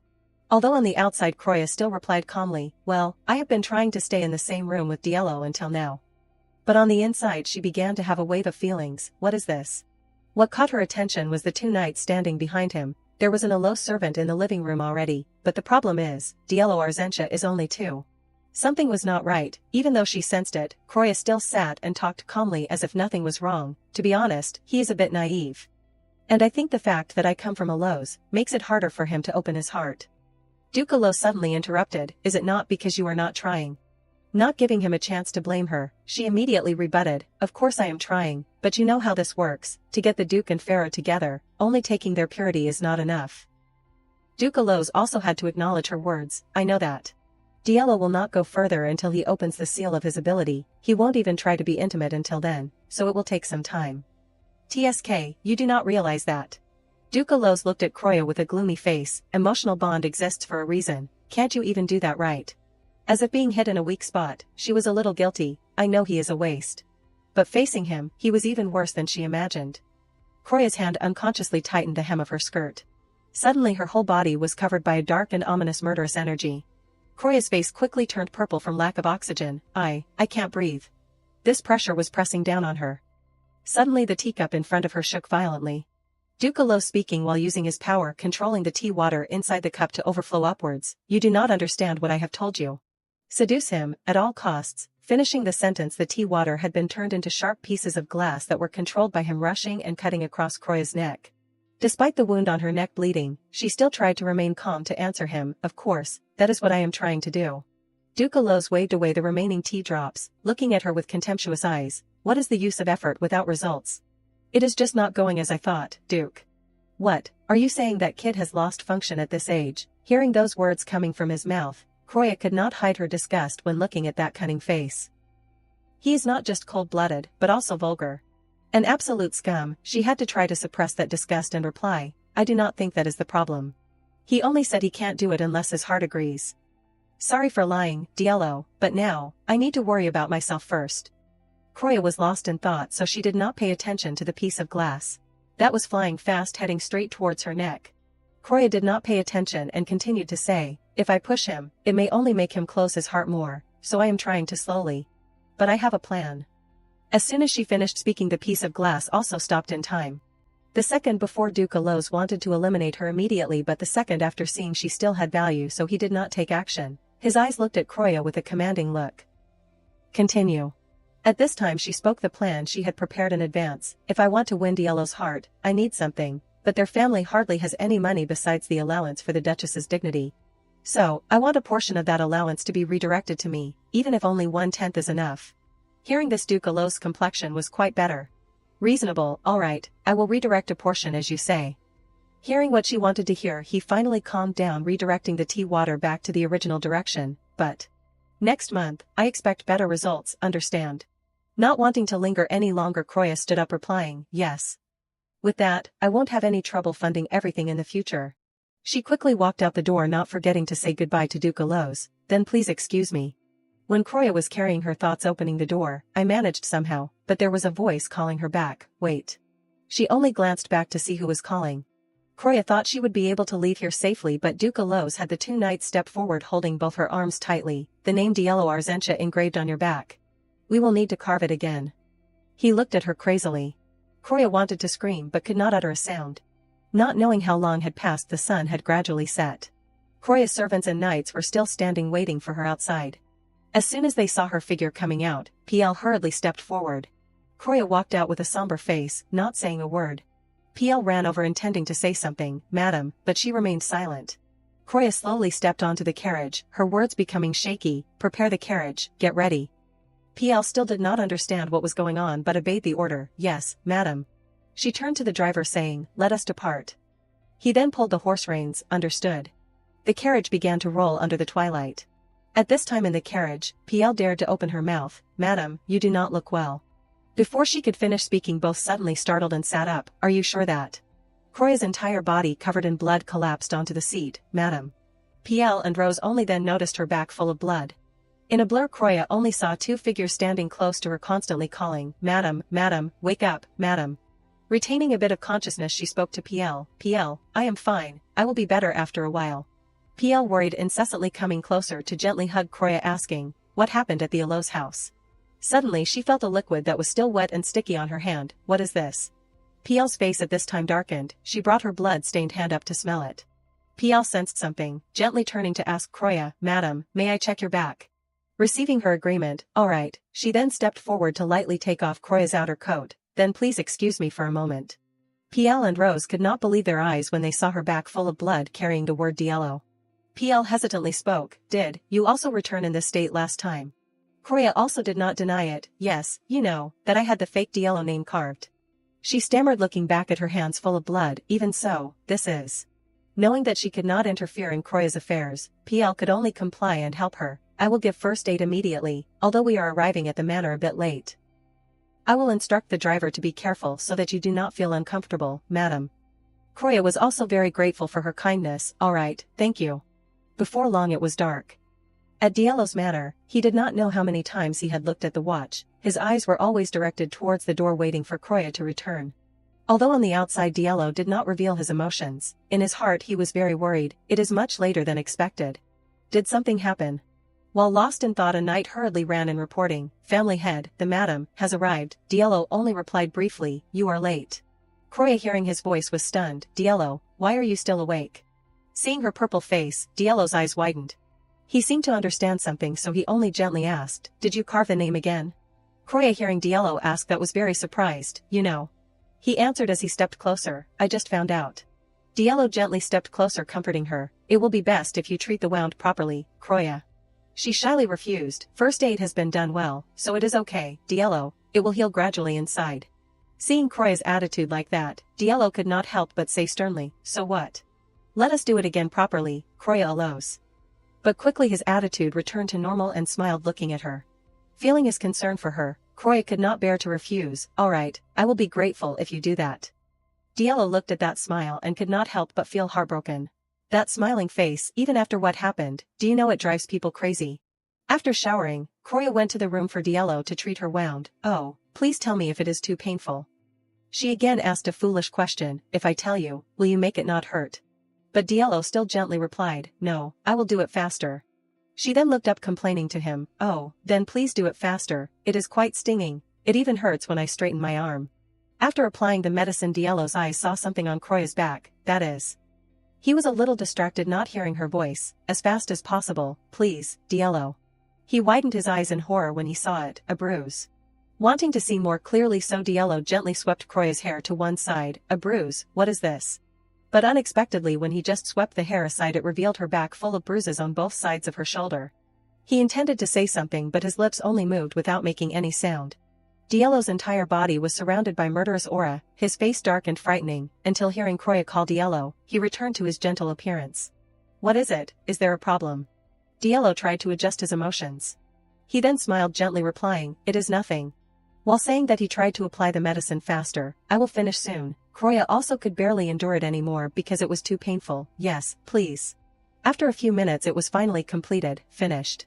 She pulled up her robe and shyly thanked Diallo. Thank you, Your Grace, but he thought she was too polite. You do not have to be like that. Diallo suddenly stared at Croya. Excuse me. Your outer clothes, please take them off before sleeping. The atmosphere of both unexpectedly fell into silence. Only when she realized it did Croya react. She quickly covered herself, yelling, what? She was so embarrassed that her face was as red as a tomato. Contrary to her panic, Diallo calmly explained, even if you put a piece of cloth on your back, if your back rubs against your outer clothes, the pain will be worse. It is better to sleep without wearing anything. Croya stammered, replying, that may be true, but… Anyway, sleeping together while this is revealed, is not it a bit too much? Or am I overreacting to this too innocent person? She looked at his innocent face a bit self-consciously. As if seeing through Croya's thoughts, Diallo gently pulled her hand, reassuring her, you do not need to worry about anything else, Croya, we have promised that we will only hold hands when sleeping. He gently placed a kiss on her hand as if promising he would not break his promise. This was the first time Croya felt someone treat her so well, so for a moment her emotions were a bit chaotic. Diallo still sat quietly waiting for her answer. Knowing that he wanted what was best for her, so Croya obediently did as he said, I understand. Both lay on the bed facing each other but not saying a word. Croya was a bit awkward being stared at by him. Suddenly Diallo's eyes became much gentler. He softly called her name, Croya. Croya also used a similarly gentle attitude to reply, yes. Unexpectedly Diallo sat up, pressing her hand tightly. I do not think this will be okay. Just because of this action Croya's heart was beating wildly, her thoughts also became confused. What does he mean? His handsome face was getting closer and closer to her. But Croya froze, not moving at all. Diallo's hand reached out as if about to touch her face. Just when she thought something romantic was about to happen, he reached for the pillow next to her instead. Diallo gently put the soft pillow in Croya's arms. Here, a pillow. Making her freeze, unable to adapt to what was happening. After finishing, he pulled the blanket up to cover Croya and then lay down, explaining, I think lying on your side may not be comfortable. Try hugging a pillow when you rest. Knowing that she just had thoughts she should not have with him, she embarrassedly blushed but still tried to calm down, replying, I understand, thank you for your thoughtfulness, Diallo. Diallo still had the mood to joke with her, make sure I am also in the blanket, okay, it might get cold at night. Did I startle you again? Croya could only shyly threaten him, don't laugh. Diallo hesitantly opened his mouth, then. Unexpectedly he grasped her hand. Good night, Croya. She also happily wished him back, yes, you too, Diallo. After a long night the sky had brightened. Croya was awakened by the sunlight. She groggily opened her eyes. Just opening her eyes, she saw Diallo still tightly holding her hand, sleeping. Diallo, he is still sleeping. Sleeping in like this, that is rare. Is he that tired? Just sitting up, the door of the room was opened. The maid stepped in intending to say something. But Croya raised her hand to her mouth, signaling her to be quiet. Understanding the madam's intention, she then retreated and closed the door. Croya did not know what urgent matter the maid had to look for her so urgently for, so she quickly grabbed her robe, put it on, and walked out of the room. What urgent matter is happening? While still wondering, she suddenly remembered that there was still work that had not been completed. That is right, today is the day to inspect the shadow supply. It needs final approval. Final approval for the shadow supply is simply checking the goods have been delivered. It takes time, but it is not a complicated task. He had taken care of her wounds so thoroughly, so I should reciprocate. Thanks to Diallo applying the medicine gently, the pain reduced more than she expected. Croya's mood had improved a lot compared to yesterday. If I continue to take care of it, it may heal sooner than expected. Just seeing her leave the room, PL worriedly asked, "Madam, how are you feeling today?" Croya gently replied, "Much better than yesterday, thank you for asking. More importantly, today is the day to review the shadow supply." "Right, I will handle it in Diallo's place." PL, hearing that she wanted to work, quickly stepped forward to stop her. "Do you want to return to work right away? Perhaps you should rest a little more, it would be better." But Croya did not agree. "I can't. If I rest now, it may give the impression that something happened yesterday at the Allo's house." She calmly explained to her, "If we intend to deceive them, we have to do it convincingly." Knowing that she could not sway Croya, PL could only instruct, "Understood, but if it is too much, please do not hesitate to say so." "I will do that." Just waking up, not seeing his wife anywhere, Diallo called out loudly, looking for her. "Croya." His hand touched the note that she left behind, then picked it up and read it. "Diallo, I saw that you were still sleeping soundly, so I woke up first. I will take care of reviewing the supply.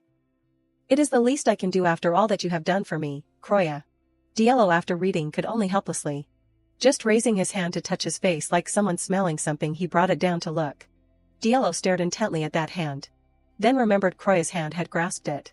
He could not help but bring it up to smell, the warmth from her small hand, her even breath. Croya. In his head he constantly thought about her, appearing like a wife-crazed person. Croya on this side was sitting handling documents with PL in the garden. Diallo, having changed his clothes neatly, then walked out to the balcony to get some fresh air. Unintentionally he happened to see her working below. He gloomily opened his mouth, asking Alan, "Did Duke Allo send Croya a dignity subsidy?" He quickly replied, "Yes." Diallo inquired further, "How much?" Alan was said to be around 1/10 of the total fund of the manor. Diallo waved his hand, ordering him, "Continue to monitor her." Alan respectfully bowed, "Yes." He kept thinking about what Croya would do with that money. Even 1/10 is a considerable amount of money for personal use, but Croya is not the type of person who would waste it on jewelry or social events like most ladies. In that case, there is a possibility. She intends to buy the Daisy Forest. Croya, they say Pentus Allos, the heir of the Allos family, possesses power far beyond her. The fire from Allos is said to be superior to the fire of Argenta in strength, and I have not even gotten a pharaoh yet. If Pentus is truly that formidable, they won't need to fake a pharaoh and plot behind their back. They would have waged war publicly with Argenta already. You told me that you were just a pawn used to soothe Allos. Diallo raised his hand, covering everything around, only leaving Croya's figure. But you never said you would be a pawn that I would crave. After witnessing that pure power on the sea, how could I not want you? That is exactly why I can't lose you, Croya. While lost in thought, suddenly someone called him, "Your Grace." It was the butler, who had an urgent matter to report. "Someone has requested to meet you secretly." Diallo, hearing this, was very puzzled, so he asked back, "Secretly?" He quickly replied, "Yes, Your Grace. They claim to be the real pharaoh, and it is someone you know." In his heart he was even more curious about that person. Diallo's footsteps strode long in the hallway. Accompanying him was Alan. He coldly asked him, "You have seen the pharaoh mark, right?" Before he could answer, the two had arrived. In front of them was a knight standing ready to wait. He hurriedly opened the door for the two to enter. When the door had just opened, Diallo could not believe his eyes when he saw the person sitting inside, the Argenta trader.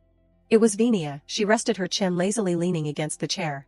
When seeing him, Venia gave a smile, greeting, "It has been a while, since the last time we met when we were little.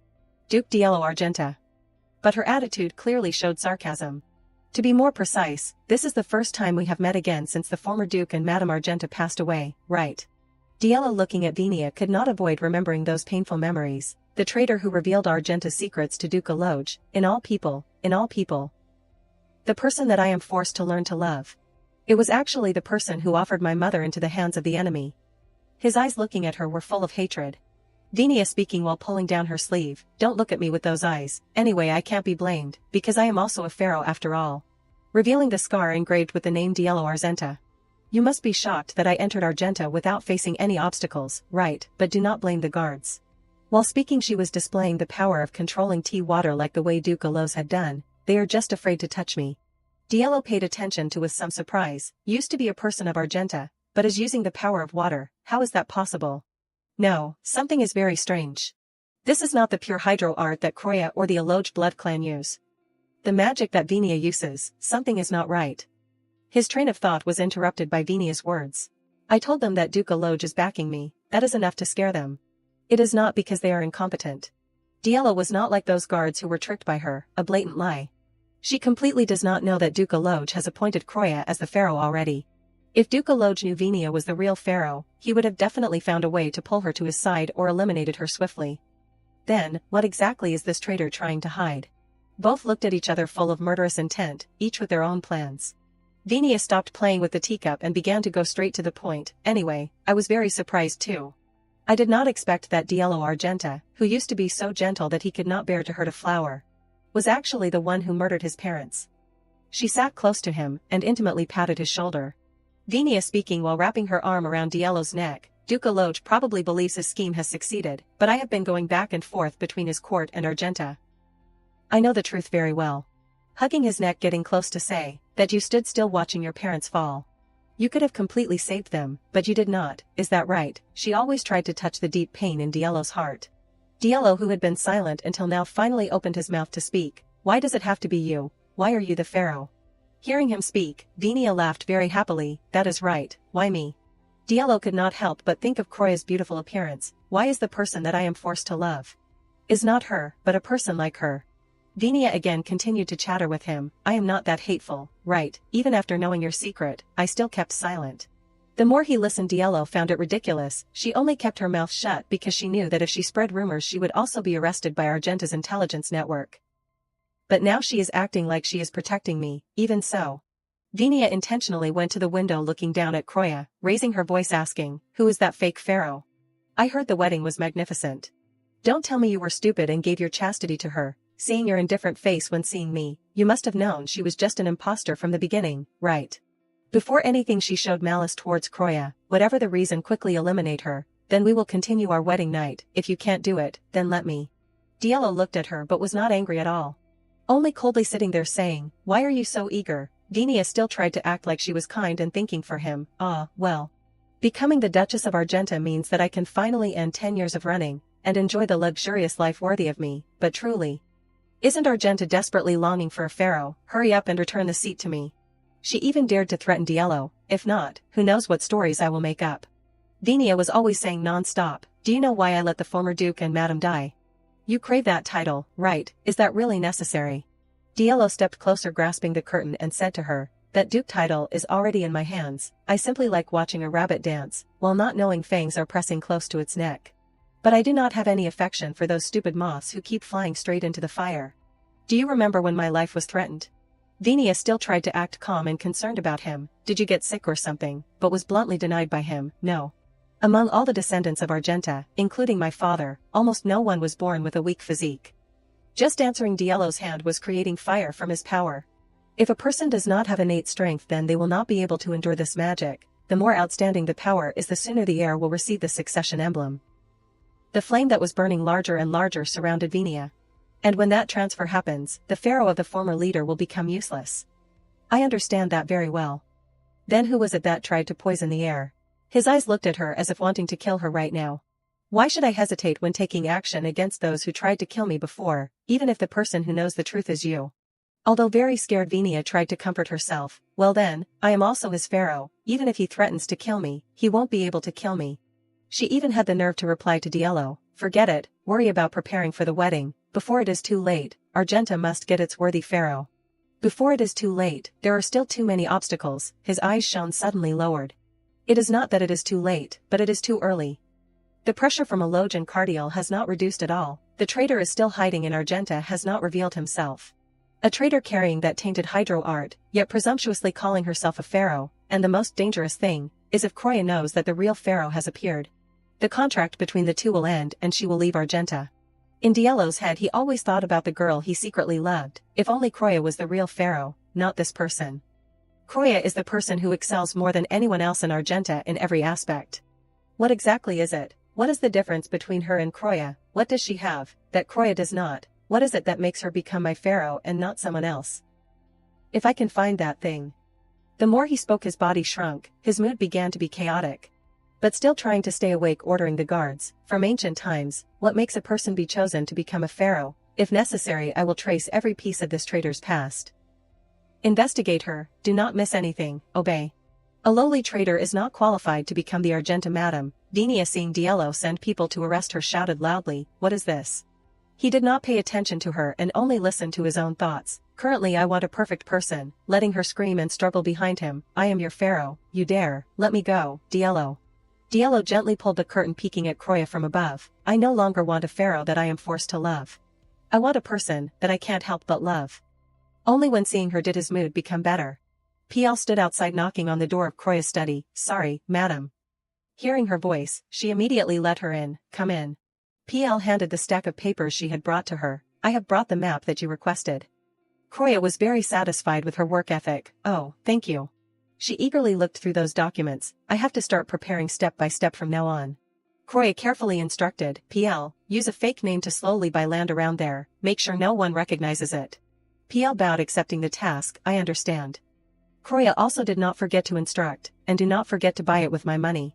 Suddenly she asked, "Also, can you create a new commoner identity for me to use?" PL was not sure if he was understanding correctly, so he quickly asked, "Madam is talking about a false identity?" Then Croya nodded, almost automatically. "Yes, I can't go to this land and live as Croya Los, right?" As they were discussing this, the door was suddenly pushed open. "Croya," she said, a little surprised to see who it was. "Diallo." Diallo even pretended to be polite, asking, "May I come in?" Croya could only smile and go along with it. "You already came in. Welcome." He approached her with a somber expression. "Oh. You are looking at data related to the Daisy Forest in the central region again," Croya answered without hesitation. "Yes, I have to look at it whenever I have time." Seeing how happy she was, Diallo could not help but ask repeatedly, "Are you really going to the Daisy Forest?" Croya could only sigh and explain why she wanted to go to the Daisy Forest. "I have to. When the real pharaoh arrives, my presence as the ex-wife will definitely be a nuisance." But suddenly she remembered something. "That is right, the real pharaoh. Come to think of it, it has been a long time since I researched Radius Argenta, has not it? If so, according to the original storyline, it is about time the real pharaoh arrives, right? No, has the time she arrives already passed?" While Croya was still lost in thought and worried, Diallo stood close to her, enticing her. "Croya, just become an Argenta." The suddenness of it caught her off guard. "Excuse me, why all of a sudden?" "Diallo, it is not as easy as you say." He put on an innocent face, looking at her and asking in a pleading tone, "Why?" Faced with this handsome and adorable appearance, Croya could not restrain herself. "Ugh." She started groaning, holding her head. "They say there is no friendship between men and women. How do you plan to explain me then?" Diallo casually replied very easily, I will simply introduce you as an Argenta." Croya became even more frightened because the matter was not as simple as he thought. "Oh my god, Diallo, if you do that, I will be in big trouble. I will have to be careful around the new wife and get caught up in the gossip of high society. Just thinking about it is terrible. For those reasons, I respectfully decline. I want to live my old age in peace. To do that, the only way is for me to leave." No matter what, her final decision was to leave in peace. Hearing that Croya wanted to leave him, Diallo put on a very pitiful face, like an abandoned puppy. That face is clearly sad. Hayes, how can he survive in this harsh world when he is so vulnerable? She could not do anything but comfort him. "I will still visit sometimes, so do not make that face." Remembering the main topic, Croya looked up seriously and asked Diallo, "By the way, is there still no news about the real pharaoh?" When the real pharaoh was mentioned, his expression darkened. Even though she had already come to the door, Diallo still decided to lie to her. "No, not yet." Hearing that, Croya's eyes widened in disbelief. "Still, not yet, why?" That sudden emotion quickly turned into pressure weighing on her. Her mood started to fall into anxiety again. Did I remember the order of events wrong, or did I miscalculate the time? That is impossible, right? Really, there is no news at all. Seriously, unable to believe her ears, Croya asked repeatedly, but the answer she received was still no. She could always feel it. There was something strange. What on earth is it? The only thing I did to distort the original story was saving Radius. Is that enough of an impact to change the time the real pharaoh arrives? I can't understand. Seeing Croya so agitated, Diallo hesitated and asked, "You seem to be looking forward to the real pharaoh's arrival?" Because he did not know she was a transmigrator, he felt a little uneasy when mentioning it. Not daring to look him straight in the eye, she replied, "Yes, that is right. I hope she arrives soon." Feeling that she wanted to leave him so much, he sulked and went along with it. "I agree." But Croya did not pay attention. She focused all her attention on the sudden change in the storyline. I can't do anything right now. I will have to monitor the situation for a while longer. She worked non-stop until late in the evening. She leaned back in her chair, feeling a little frustrated. Phew, maybe because I feel uneasy, I can't concentrate on my work. I need to rest for a bit. The noise from outside the window immediately caught Kroya's attention. Huh. Looking down, she saw Diello and the other knights riding away hurriedly. Observing his face, it had turned very pale. Diello, he does not look too good. Did another problem occur in the Infinite Sea? If it is a situation that Diello has to go to, it could be serious. Thinking so, she went out of the room to find PL to understand the situation. PL, is something going on outside? Yes, madam. She reported in detail the words Diello had said without missing a single word. He said that he was urgently leaving because something happened at the Infinite Sea border. The head of the family said it is not a big deal. Hearing that, Kroya felt much more at ease. Seeing that he had time to send this message, it seems like it is really not a big deal. Only then did she return to her previous tired appearance, acting spoiled with PL. PL, I want to take a walk. I am having a hard time concentrating on work today. She took great care of Kroya. I will escort madam immediately. As the two were walking down the stairs and chatting, we should go to the flower garden at sunset. Then suddenly Kroya noticed the people standing below. Huh, who are those people? A million questions quickly appeared in her head. They are the knights stationed on the 4th floor. Why are the 4th floor knights on the 1st floor? PL quickly reported back to her, the head of the family ordered them to be stationed here. Diello gave the order. Kroya stared at them, feeling a little confused.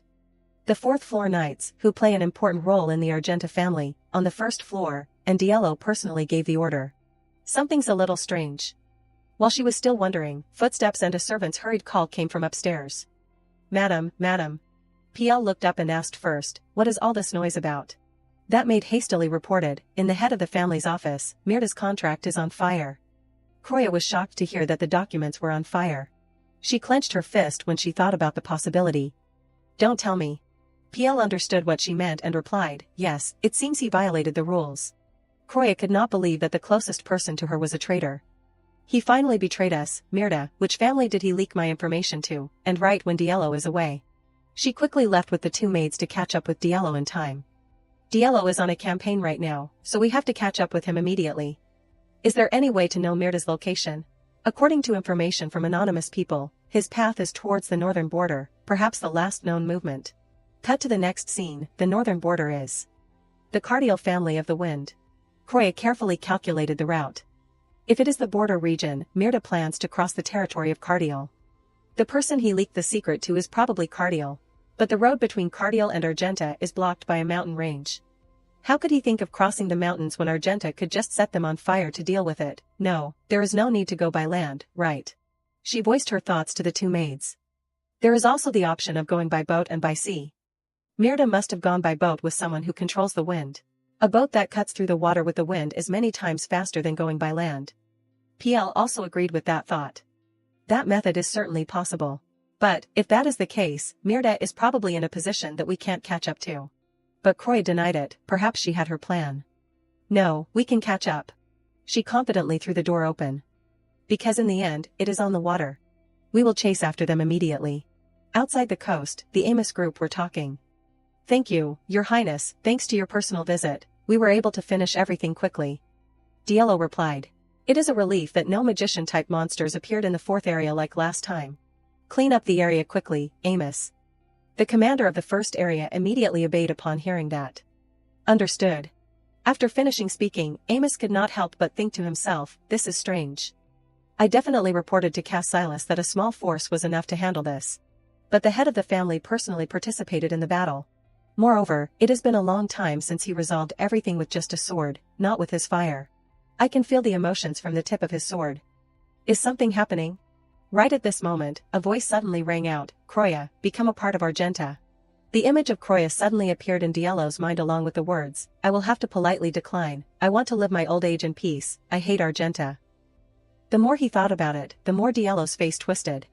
He said to himself, she hates the idea of staying in Argenta that much, Kroya. Always plotting to leave the mansion, and as if that was not enough, even planning to retire. More than anything, with an excited face, as if nothing was wrong. Why am I in such a bad mood? I am very, very uncomfortable to the point that. Thinking up to this point, Diallo suddenly spoke up, I am going crazy. Seeing his angry appearance, the Amos group standing from a distance could not help but break out in a cold sweat, thinking to themselves, is he just venting his anger on everything? At this moment, Diallo's hand suddenly bulged with veins. Meanwhile, Cassilis suddenly froze and exclaimed in surprise, yes. Diallo coldly said, where was the last reported location of the traitor, Mirda? Cassilis immediately replied, the northern coast. As soon as he heard that, Diallo clenched his palm and said to himself, perfect timing, my bad mood has not improved at all, this time is great. Then he quickly gave the order, prepare a ship, we are going to the northern coast. Amos standing behind him immediately reminded him, Your Highness, our people have already set off to capture him. However, Diallo only calmly said, I know. This time, according to the procedure, the punishment of the traitor will not be handled at the mansion, I will handle it myself, on the spot. On the ship in the middle of the sea, a question suddenly rang out, PL, you said a periodic whirlpool moves in the sea in front of Cardiel, right? It was the Croya group, she was calmly enjoying the scenery and asking, when did you say the whirlpool subsides? PL immediately replied, there is a report that it happened 2 days ago. So there won't be one today at least. Mirda and the person from Cardiel are probably on an uninhabited island nearby, waiting for the whirlpool to subside. As Croya was gathering strength in her palm, she said, the fact that they are waiting on an uninhabited island means that the whirlpool is about to disappear. We might not be late, but that does not mean we have free time, we need to speed up. I see the uninhabited island. Speaking up to this point, Croya suddenly observed her surroundings and was full of vigilance, but there are 2 ships. However, the strange thing was that those ships suddenly caught fire, making her extremely confused, what? Croya was filled with bewilderment, saying to herself, fire, in the middle of the ocean. Don't tell me. As soon as she said this, Croya quickly set foot on the small island. As soon as she saw the person in front of her, she froze and called out, Deal, oh. Diallo was standing right in front of her. The eyes that were looking at him suddenly looked elsewhere. There were corpses, the dead people were piled up amidst fresh blood. Meanwhile, Diallo's sword was dyed bright red. At this moment, Diallo suddenly spoke up, what is it? How did you get here, Croya? Under Diallo's question, Croya suddenly fell silent.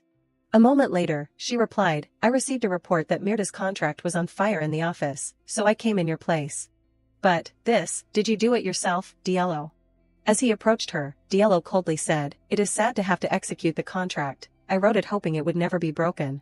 Moreover, I never imagined you would come all the way here, Croya. With a face full of panic, Croya immediately explained, I also never thought I would see you here, Diallo, more precisely. I never thought I would see this side of you, Diallo. As soon as she finished speaking, Diallo covered her eyes, he gently said, I am sorry for showing you such an unpleasant side of me. While letting him cover her eyes, Croya added, I realized Mirda broke the contract while you were on a military campaign, so I came here immediately. As soon as the words left her mouth, she could not help but think to herself, the smell of blood. Diallo immediately spoke up, yes, when the contract was broken, I also felt a reaction. As she heard him speak, Croya's train of thought appeared, it is obvious that the Argenta family strictly punishes traitors, it might be obvious, but has Diallo always been this kind of person? Right at this moment, Diallo suddenly called out, Croya. Croya quickly replied, yes. As he placed his hand on Croya's shoulder, Diallo asked, you said you were going to leave Argenta, right? Croya quickly replied, I did say that. In the next second, Diallo monologued, I doubt you would go around blabbing Argenta's secrets like that, but you already know about Argenta's affairs, right? So you will need to sign a contract to leave, right? As expected, you catch on very quickly. Then just stay in Argenta, you belong to Argenta. After listening for a while, Croya felt extremely confused, Diallo, we already talked about this. However, Diallo still calmly spoke up, not just me, many people in Argenta want you. Croya, I will try my best to convince Pharaoh. The more she listened, the more surprised Croya felt, what, convince Pharaoh, what does that mean? Before she could finish speaking, Diallo quickly interrupted. Pharaoh's opinion does not matter, no, I can make it not matter. This made Croya a little stunned. Diallo gently stroked her hair and persuaded, please, Croya.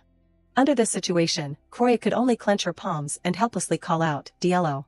Meanwhile, Diallo still spoke with a face full of disappointment, you will become a member of this Argenta, you will make me sad. Looking at his appearance, Croya was extremely flustered, thinking to herself, if you try to keep me with that face, you are making my heart flutter. You.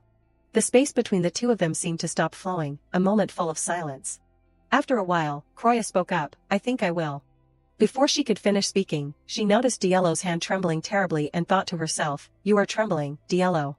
At this moment, Diallo suddenly said, I hate having to say goodbye, Croya, Argenta C, only brings me separations.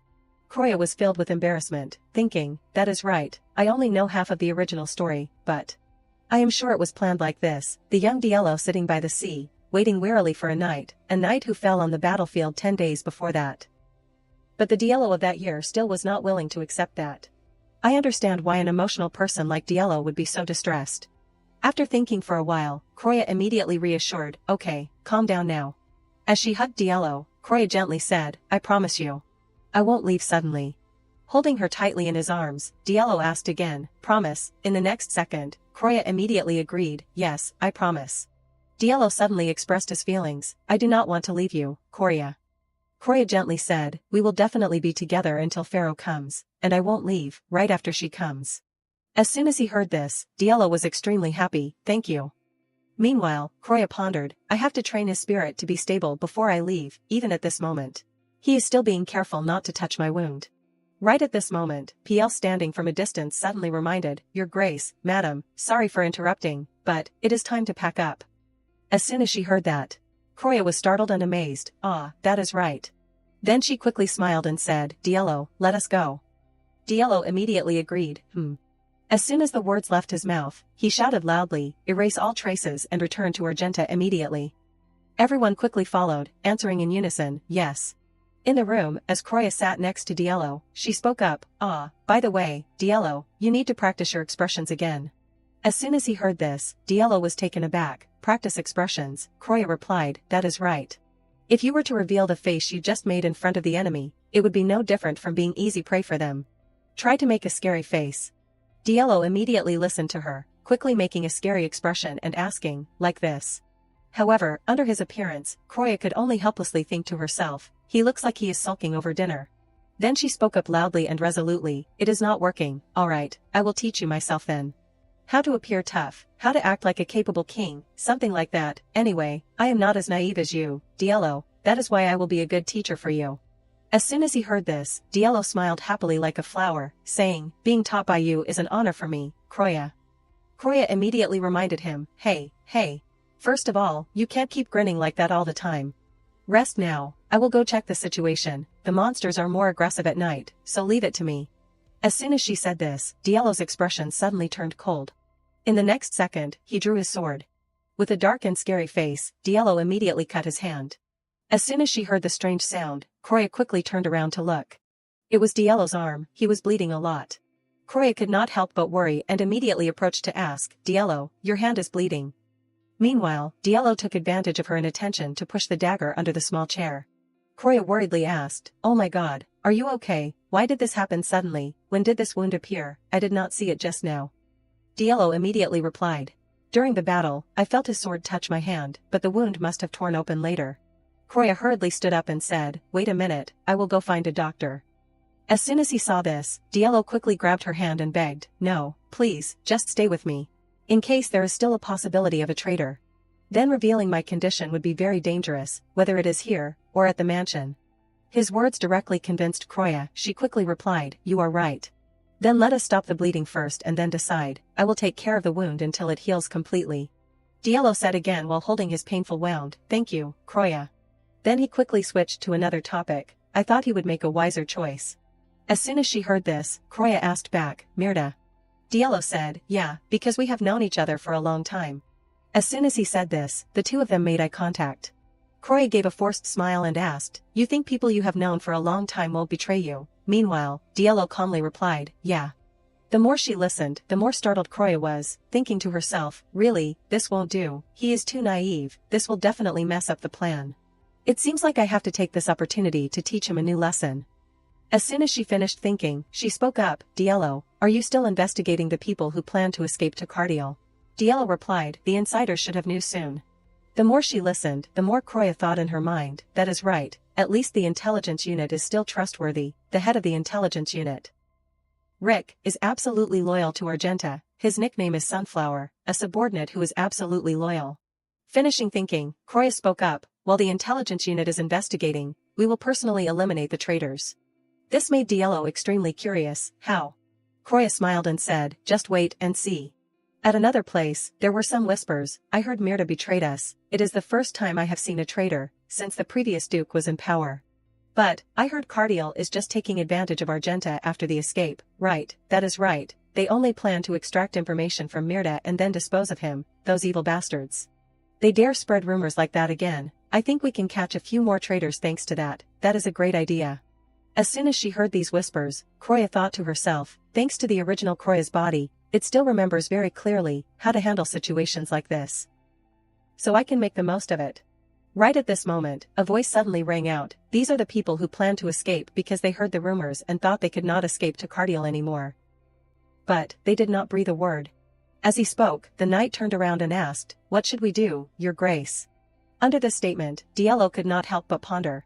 Meanwhile, Kroya suddenly proposed, "If you allow me, I want to interrogate them myself."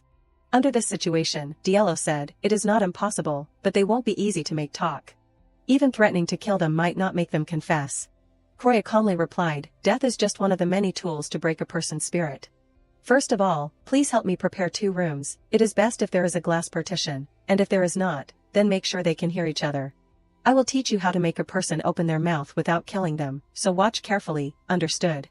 As soon as she finished speaking, Diallo could not help but look forward to it, thinking, what is Kroya going to show me again? Why are her eyes so sparkly? While he was busy admiring Kroya, the knight standing next to him asked, "Your grace, should I do as she says?" Diallo immediately replied, "Do everything according to Madame's wishes." As soon as she heard that, Kroya thought to herself, as expected, the Argenta intelligence agency is frighteningly proficient. They obey Diallo like a sharp knife. But this is like Diallo has complete control over the intelligence agency. It must be because all the most loyal people in Argenta are gathered here.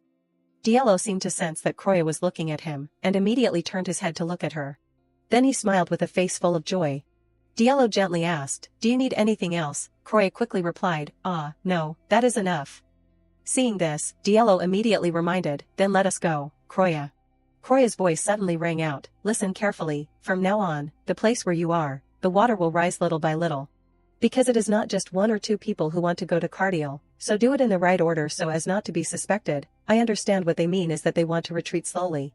If that is the case then, that means you have contacted each other and agreed on the order beforehand, right?" As soon as she finished speaking, the 2 men fell silent. Under this situation, Kroya gave the order again, "Quickly pump more water into the bathtub." The subordinates quickly obeyed, "Yes." As he felt the rushing water, the man wearing the black robe exclaimed, "The water." The man in white was also very scared. Kroya coldly said, "Only the water on the side of the one who reveals the traitor's name will gradually decrease. The decreased water will flow to the opposite side." As soon as they heard these words, both men were extremely surprised. However, they still did not answer, making Kroya a little confused, still not opening their mouths. While witnessing her work, Diallo smiled and thought to himself, is she going to put more pressure on them, or will she do it the way she did in Alos, to end this matter? At this time, the 2 men still refused to confess. This forced Kroya to take strong action, raise all the water to the maximum. Immediately, the water rushed down torrentially, making them panic. The man in black suddenly cried out, "Illinois, Elian." As soon as he was sprayed with water again, the man in white quickly interjected, "Auntie, there is also someone named Auntie. Joe, Joubert, Ottavio, Ottavio." The more she heard these names, the darker Kroya's face became. Meanwhile, the 2 people being gradually submerged begged for their lives, "Please, have mercy." Kroya's whole body suddenly trembled. She gripped the hem of her dress tightly. This made Diallo feel strange. In the next second, he thought to himself, so she is trembling, why is she so scared? The evil Kroya allows only because she was born with weak abilities. To the point of drowning the servants in Alos who dared to look down on her. A personality that is extremely cruel and evil. That was the image of Kroya Alos that was known outside. But, as he thought of this, Diallo looked at Kroya's appearance of trembling with fear. The more he looked, the more he secretly assessed, looking again, she is like someone who has never really played with anyone's life before. This is also a new image. Meanwhile, the 2 men were still trying to speak, "There is nothing more, I am telling the truth." After listening for a while, Kroya suddenly fell silent for a long time. Then she turned to ask, "So there are 13 people, right?" The knight immediately replied, "Yes, that is clearly it." As soon as she heard this, Kroya thought to herself, "Did you record it carefully, members of the intelligence agency?" Her hand suddenly reached forward. In the next second, the chains on the man's hand were quickly released. The same with the feet. The 2 of them hurriedly leaned out of the water to breathe a sigh of relief. Kroya suddenly turned to Diallo and said, Diallo, I am not sure if I want to know anything more, so I won't kill them first. If you have anything you want to know, just ask. As soon as he heard this, Diallo suspiciously asked back, ask directly. Kroya gently took his hand and replied, yes, you are Duke Diallo. As soon as she finished speaking, she secretly thought, because you have to gradually get used to interrogating, even if you make a face like that, I have to endure it.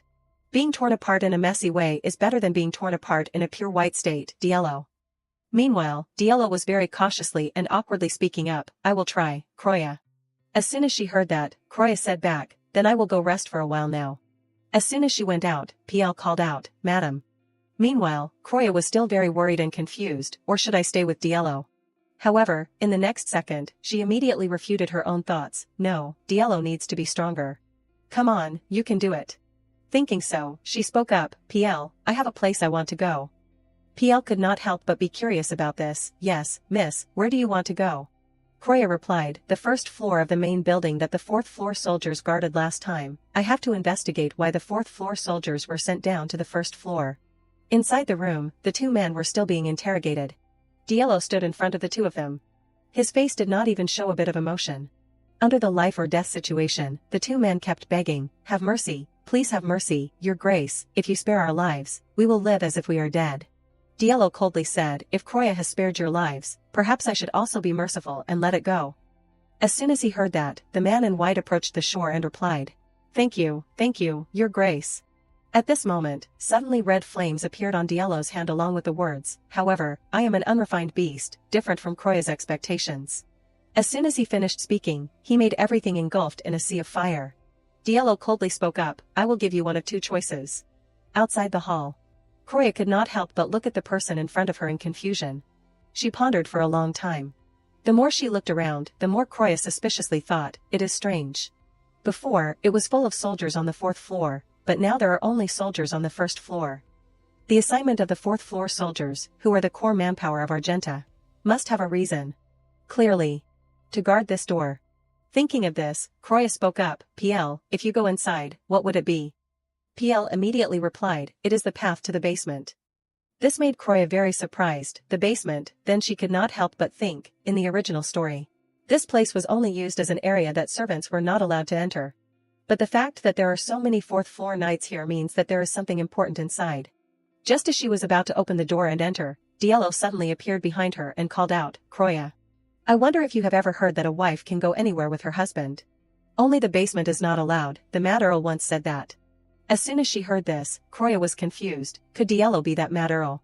Diallo smiled and said, I am a Mad Duke. As soon as she heard these words, Kroya felt confused in her heart, what, this is clearly letting me in, I do not know why he has to hide it so much, but hiding it like that is even stranger. Strange but, if I enter without permission, I am afraid it will end with a death flag. As soon as she finished thinking, she smiled happily and said, you told me not to go. So I won't go, how is the interrogation of the traitors progressing? Diallo replied, yes, it is going okay. Kroya could not help but encourage him, that is good then try to work a little harder, Diallo. At this moment, Diallo suddenly suggested, Kroya, do you want to try going down to the basement? This made Kroya very confused, but the Earl won't open the door, right? Diallo instead smiled and immediately replied, I am the Duke.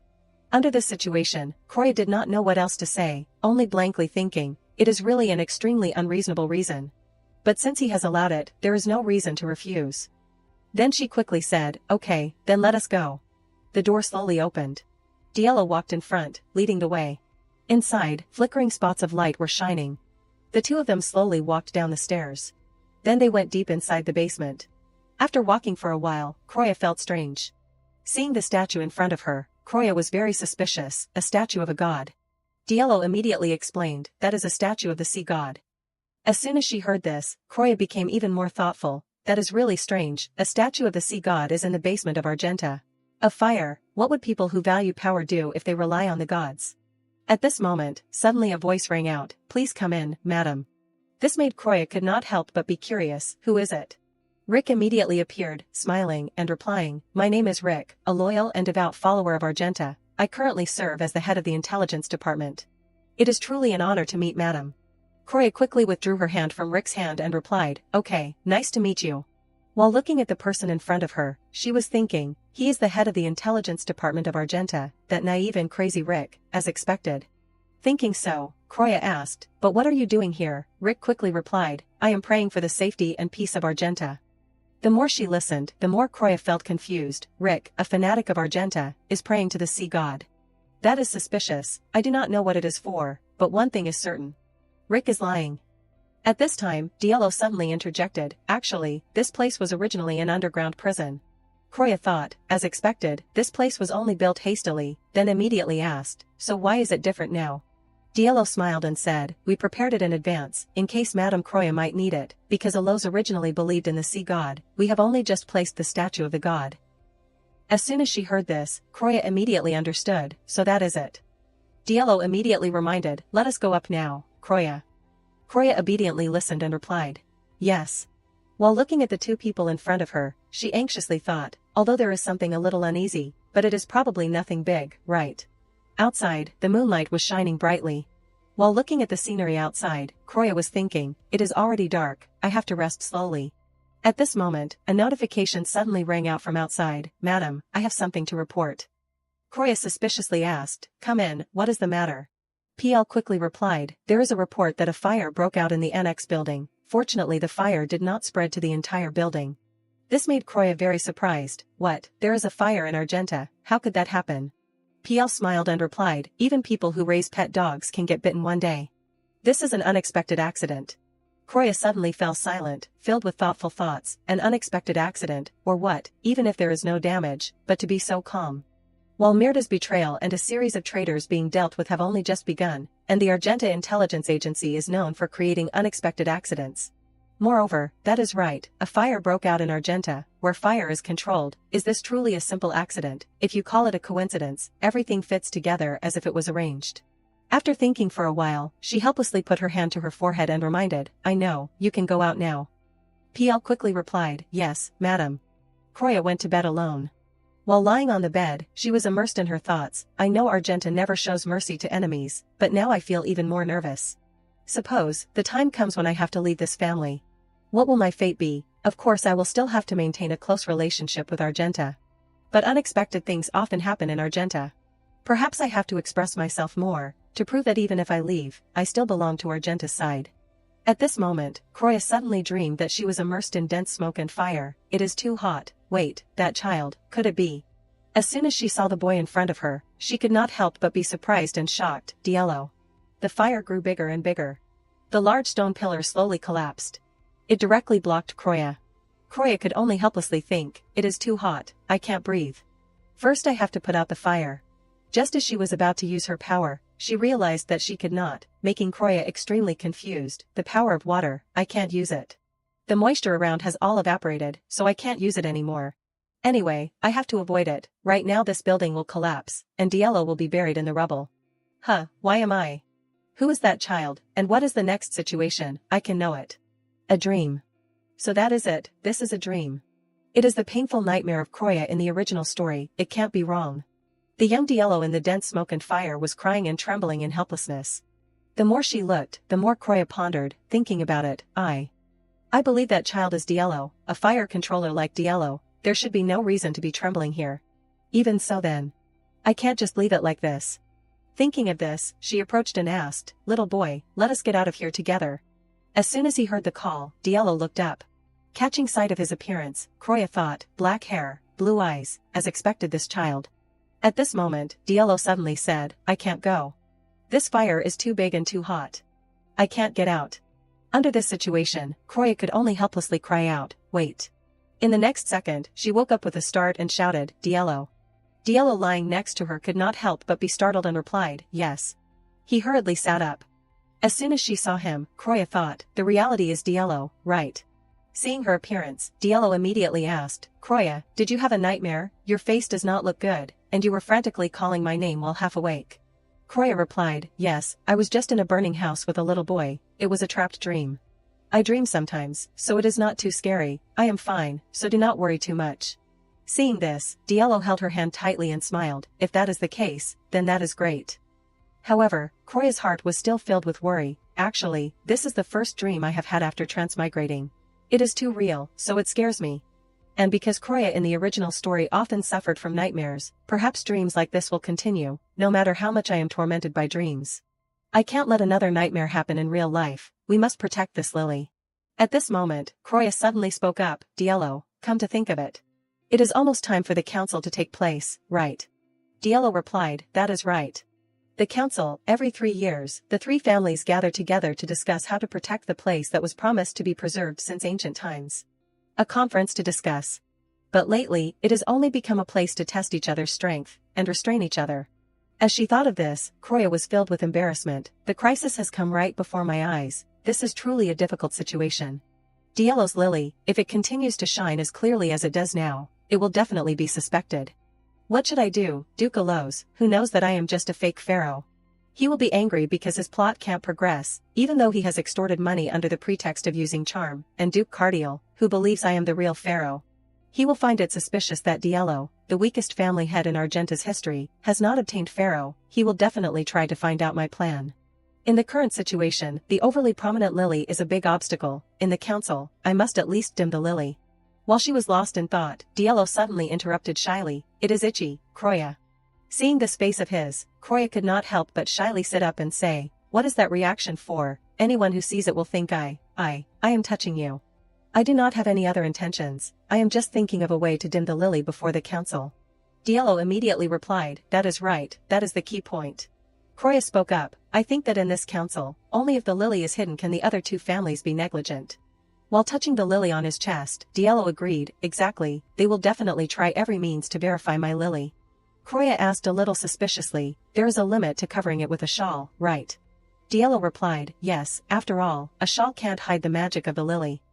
As soon as she heard this, Kroya became thoughtful again, you are right.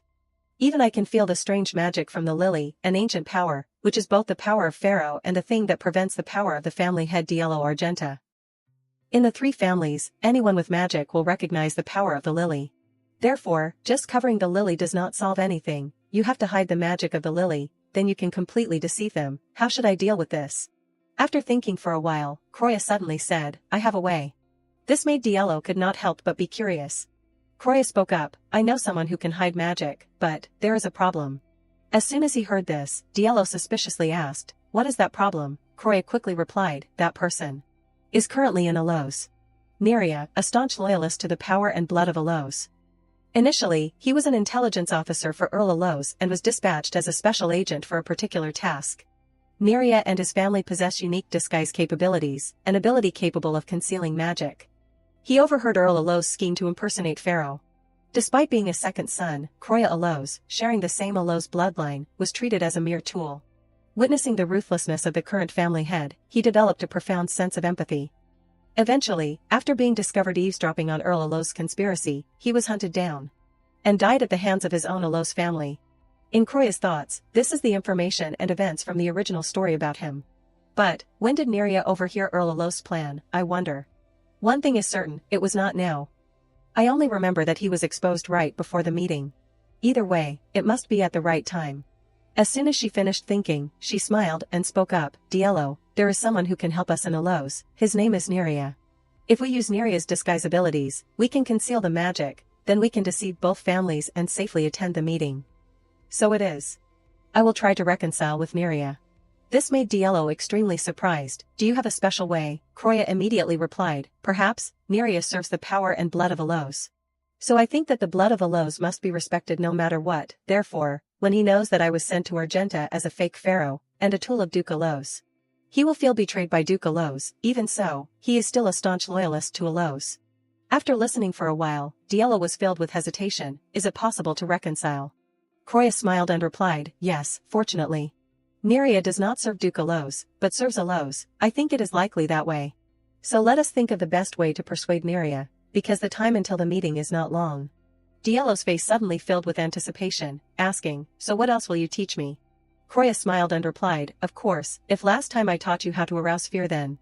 This time I will show you how to reconcile in a really gentle way. At another place, a voice suddenly rang out, the results of the Neria surveillance. Right now he is being chased by the staff of the Duke Allows' house. As soon as she heard this, the hand stirring her coffee suddenly stopped and asked, being chased? Rick quickly replied, yes, your grace, it is said that he knows some secret of Allows. As soon as he heard this, Diallo's eyes suddenly became serious and said, if it is a secret of Alo's. Croya immediately interjected, it is probably talking about me then. It is very likely that Neria knows I am a fake pharaoh. Diallo gave a forced smile and replied, that is not very good news for me either. At this moment, Rick excitedly proposed, then let me get rid of Neria. However, Croya shook her head and immediately refused, no, we really need Neria's abilities right now. If the reconciliation with Neria fails, I will consider getting rid of him, but, we are still in a situation where we have not tried to reconcile yet, so we can't act rashly. Diallo immediately agreed, that is exactly right, the key issue is how to persuade him. Croya frowned and said, that is right, in her heart she was full of determination, I absolutely can't let Neria slip away. Right now, he is the only one who can use special disguises. There is still a chance. At this moment, Diallo suspiciously asked, Croya, what do you think about sending someone ahead first, and then bringing Neria back? Croya smiled evilly and replied, no, let us wait a little longer. This made Diallo could not help but be confused. In the meantime, Neria might get eliminated. It is said that Alo's assassins are the most ruthless and cold-blooded in the family. Croya did not answer, only immersed in her thoughts. Anyway, Neria won't die in one go. According to the original story, Neria will escape until the end, and he will be caught after he is exhausted. If we just need to save him right before that moment. Then in that place, I will directly negotiate with Neria. Finishing thinking, Croya put her hand on Diallo's and called out, Diallo. Diallo quickly replied, yes. Croya said with a happy smile, if we appear dramatically at a critical moment, won't he devote his loyalty to us, so. Just follow me this time, I will teach you well. Rick quickly received the order, yes, madam, Croya seriously ordered, follow Neria secretly. Help him right before he dies with the Alo's people. Rick smiled without answering. This made Croya very confused, Mr. Rick, did you hear what I said? Under that question, Rick suddenly startled and woke up, yes. I understand, Croya praised a little at this statement, good. Meanwhile, Diallo was still attentively looking at her with fascination. Not long after that, the letter showed very clearly the words, Arzenta just happens to have a happy event, I think we should take this opportunity to celebrate. So this meeting should be held in Arzenta. As soon as he finished reading, Diallo spoke up, Croya, anyway, the location of this meeting will be held at the Arzenta resort. This made Croya could not help but happily assess, then that is good, compared to the other families, conducting it in Arzenta has more advantages, Diallo said, yes, the opening is in a week. PL, quickly prepare for the meeting, PL immediately obeyed, I understand. Diallo continued to ask seriously, Rick, what is Neria's current location? Rick quickly replied, it is the Tilla Pass, and it seems he will soon be caught by the Alo's people. As soon as she heard this, Croya quickly thought, it is now. Then she immediately stood up and said, Diallo, get ready to go out. We must save Neria from danger. At Neria's location where he was being chased, a voice echoed, listen clearly, Neria. Our assassin family has served Alo's from generation to generation, stop. Although everyone in the family, except for you and me, must face the end of the mission, but do not complain. We can exist to this day, all thanks to the clear water of Alo's. Our family must protect Alo's, however. Because there are clearly people who are not worth serving. After holding Neria back, the Alo's henchman spoke up, you are really slippery like an eel, I have finally caught you, anyway, you are about to lose your life, I mean, die beautifully. Neria helplessly said, these guys, meanwhile, the voice continued to echo, you must constantly doubt. With a cold gaze, Neria affirmed, even though you know Duke Alo's dirty plan, you still secretly acknowledge it. This statement made the Alo's henchmen suddenly fell silent. Then they sneered disdainfully and asked, are those your last words? Coldly speaking, as the father is, so is the son. Useless long-windedness. Looking at the people in front of him, Neria only said coldly and cursed, you trash, do not insult my family and my father, who sacrificed their lives for Alo's. I won't protect Alo's for you worthless people. The Alo's henchman smiled excitedly and replied, although I do not know how your ancestors died, did not your father attack Arzenta and die? At this moment, Neria suddenly sat down under the tree and said, at that time, the death of the previous Duke and Duchess had taken up all his attention. Besides, my father was killed while disguised as an ordinary person. Before my father died, the only one who saw his disguised image was the head of Alo's. Did you think I would not know? And one more thing, Duke Alo's cruelly killed the Duke and Duchess of Arzenta, they abandoned my father, who was always loyal to Alo's, even the second son of the Alo's bloodline was sold to Arzenta, pushing him to death. These animals are not even as good as him, he said while clenching his palm, while the voice from somewhere echoed out, the Lord deserves loyalty, you must confirm again. Neria pointed straight at the Alose henchman in front of him and affirmed, Duke Alose, and you do not have the qualifications to belong to Alose. From now on, do not pollute Alose anymore. The henchman fell silent for a long time. Then they spoke while stroking the knife. Originally, I was going to kill you with a knife neatly. But I am someone who likes to get involved in many things. I will finish you with that hungry wolf. Seeing their power, Neria was a little stunned. He could not help but anxiously think, these guys. Where did the power come from? Could it be near the source? Crap, because I was busy running away, I could not determine the direction. I missed the river that flows near Tilla Pass, even if the individual power is weak. As long as there is water, the source of Alose flows through. Then they will become even stronger thanks to that auxiliary power. With the current situation, I am extremely disadvantaged. Even so, I can't give up, Neria thought as he tried to gather strength. Seeing his appearance, the Alose henchman immediately spoke up. You are also planning to borrow the power of the source, to fight me, commendable for the effort, but it won't work. Stop Neria. As soon as the words left their mouths, they directly attacked Neria. He was hit hard and slammed into the tree afterwards. Neria could not help but frown in pain. However, before he could recover, he was startled by the scene in front of him. The power of the people had materialized, coldly affirming, if you are helpless, then blame yourself. As soon as the words left their mouths, the big wolf directly lunged at Neria. The Alose henchman ordered, eat cleanly without leaving any traces. The wolf quickly opened its mouth. Under this power, Neria could only helplessly close his eyes and wait for death. However, in the next second, a voice suddenly rang out, stop. This made Neria could not help but be curious and suspicious. The Alose henchmen were also very surprised. A hand suddenly appeared out of nowhere. While attentively observing the scene in front of him, Neria was thinking, that person. That person was none other than Kroya, she said coldly, come here. The two wolves slowly backed away from Neria. In the next second, they were subdued by Kroya. As soon as they saw her, the people in front of them were surprised and shouted, Kroya Alose. The Alose henchmen shouted with pale faces, now the water has been taken under control, she is clearly stronger than us, that is impossible. Damn it, what are you looking at so mindlessly? Join forces and take back the power of domination. Do not waver because a second child has no reason to be particularly stronger than us. Then the people quickly said, Kroya Alose, I do not know what trick you used but with your meager abilities.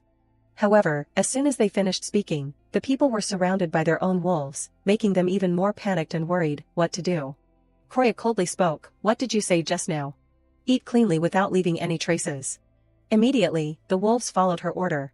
The screams immediately rang out in the next second, help. Meanwhile, the voice from somewhere echoed in Neria's head, imprint it one last time, Neria. When you see someone worthy of the title of Lord of Alose, be loyal with your whole life. At this time, Kroya turned to smile and look at Neria and asked, Neria is the last descendant of the Dark Sword family, right? She smiled very gently. This made Neria could not help but be stunned for a long time. Then he stood up and replied, yes, I am Neria. Thank you for saving me. Kroya smiled and replied, in that situation, it is very difficult to know my identity. Thank you for being honest. And do you know who I am? Neria replied, you are Kroya Alose. However, Kroya immediately refuted, no, wrong, I am Kroya Argenta. This made Neria could not help but be stunned and blank. His face clearly showed confusion. Seeing this, Kroya spoke up, I will be blunt. You know my secret, right? Neria was still silent without answering. Under this situation, Kroya continued to say, as you know, it is a difficult secret if it is revealed. At this moment, Neria suddenly felt something unusual and glanced to the side. His heart could not help but think, strong killing intent. So it is being wary of me, he must suspect that I am on the same side as Duke Alose or not. In the next second, suddenly a sharp knife was held to his neck. It was Kroya's subordinates. She could not help but remind, stay still. In the next second, they immediately backed away. With a dark face, Neria suddenly spoke up, is this Kroya truly following that plan? As soon as she heard this question, Kroya pondered, he finally asked the question I was waiting for, intending to ask if the plan to use me as a bloodline tool of Alose. That is, the question means whether I am on the same side as the Duke or not. From now on is the most important. Thinking so, Kroya said confidently, say it again, I am not Kroya Alose. But Kroya Argenta. As you can see, I have joined hands with Argenta. I will use the fake pharaoh plan to attack Alose. I have no intention of dying from being used as a tool. So I am not on the same side as Alose. Neria was silent for a while after listening to those words. Seeing his appearance, Kroya could not help but happily think, as expected, he has been drawn in, then, from now on, say what you want. Kroya quickly spoke up, the power of Elos must be used to protect Elos, even if I am the second child of Duke Elos, he is the one who does not hesitate to use his blood as a tool. Such a person can't reason for Elos. That is why I, currently, do not trust Duke Elos. The more Neria listened, the more stunned he became. Kroya continued to say, I heard that the Dark Swordsman has a deep loyalty to the Elos family. But Duke Elos did not recognize a loyalist, and wanted to kill you. I think you were right not to submit to him. Neria's hand suddenly clenched when he heard these words.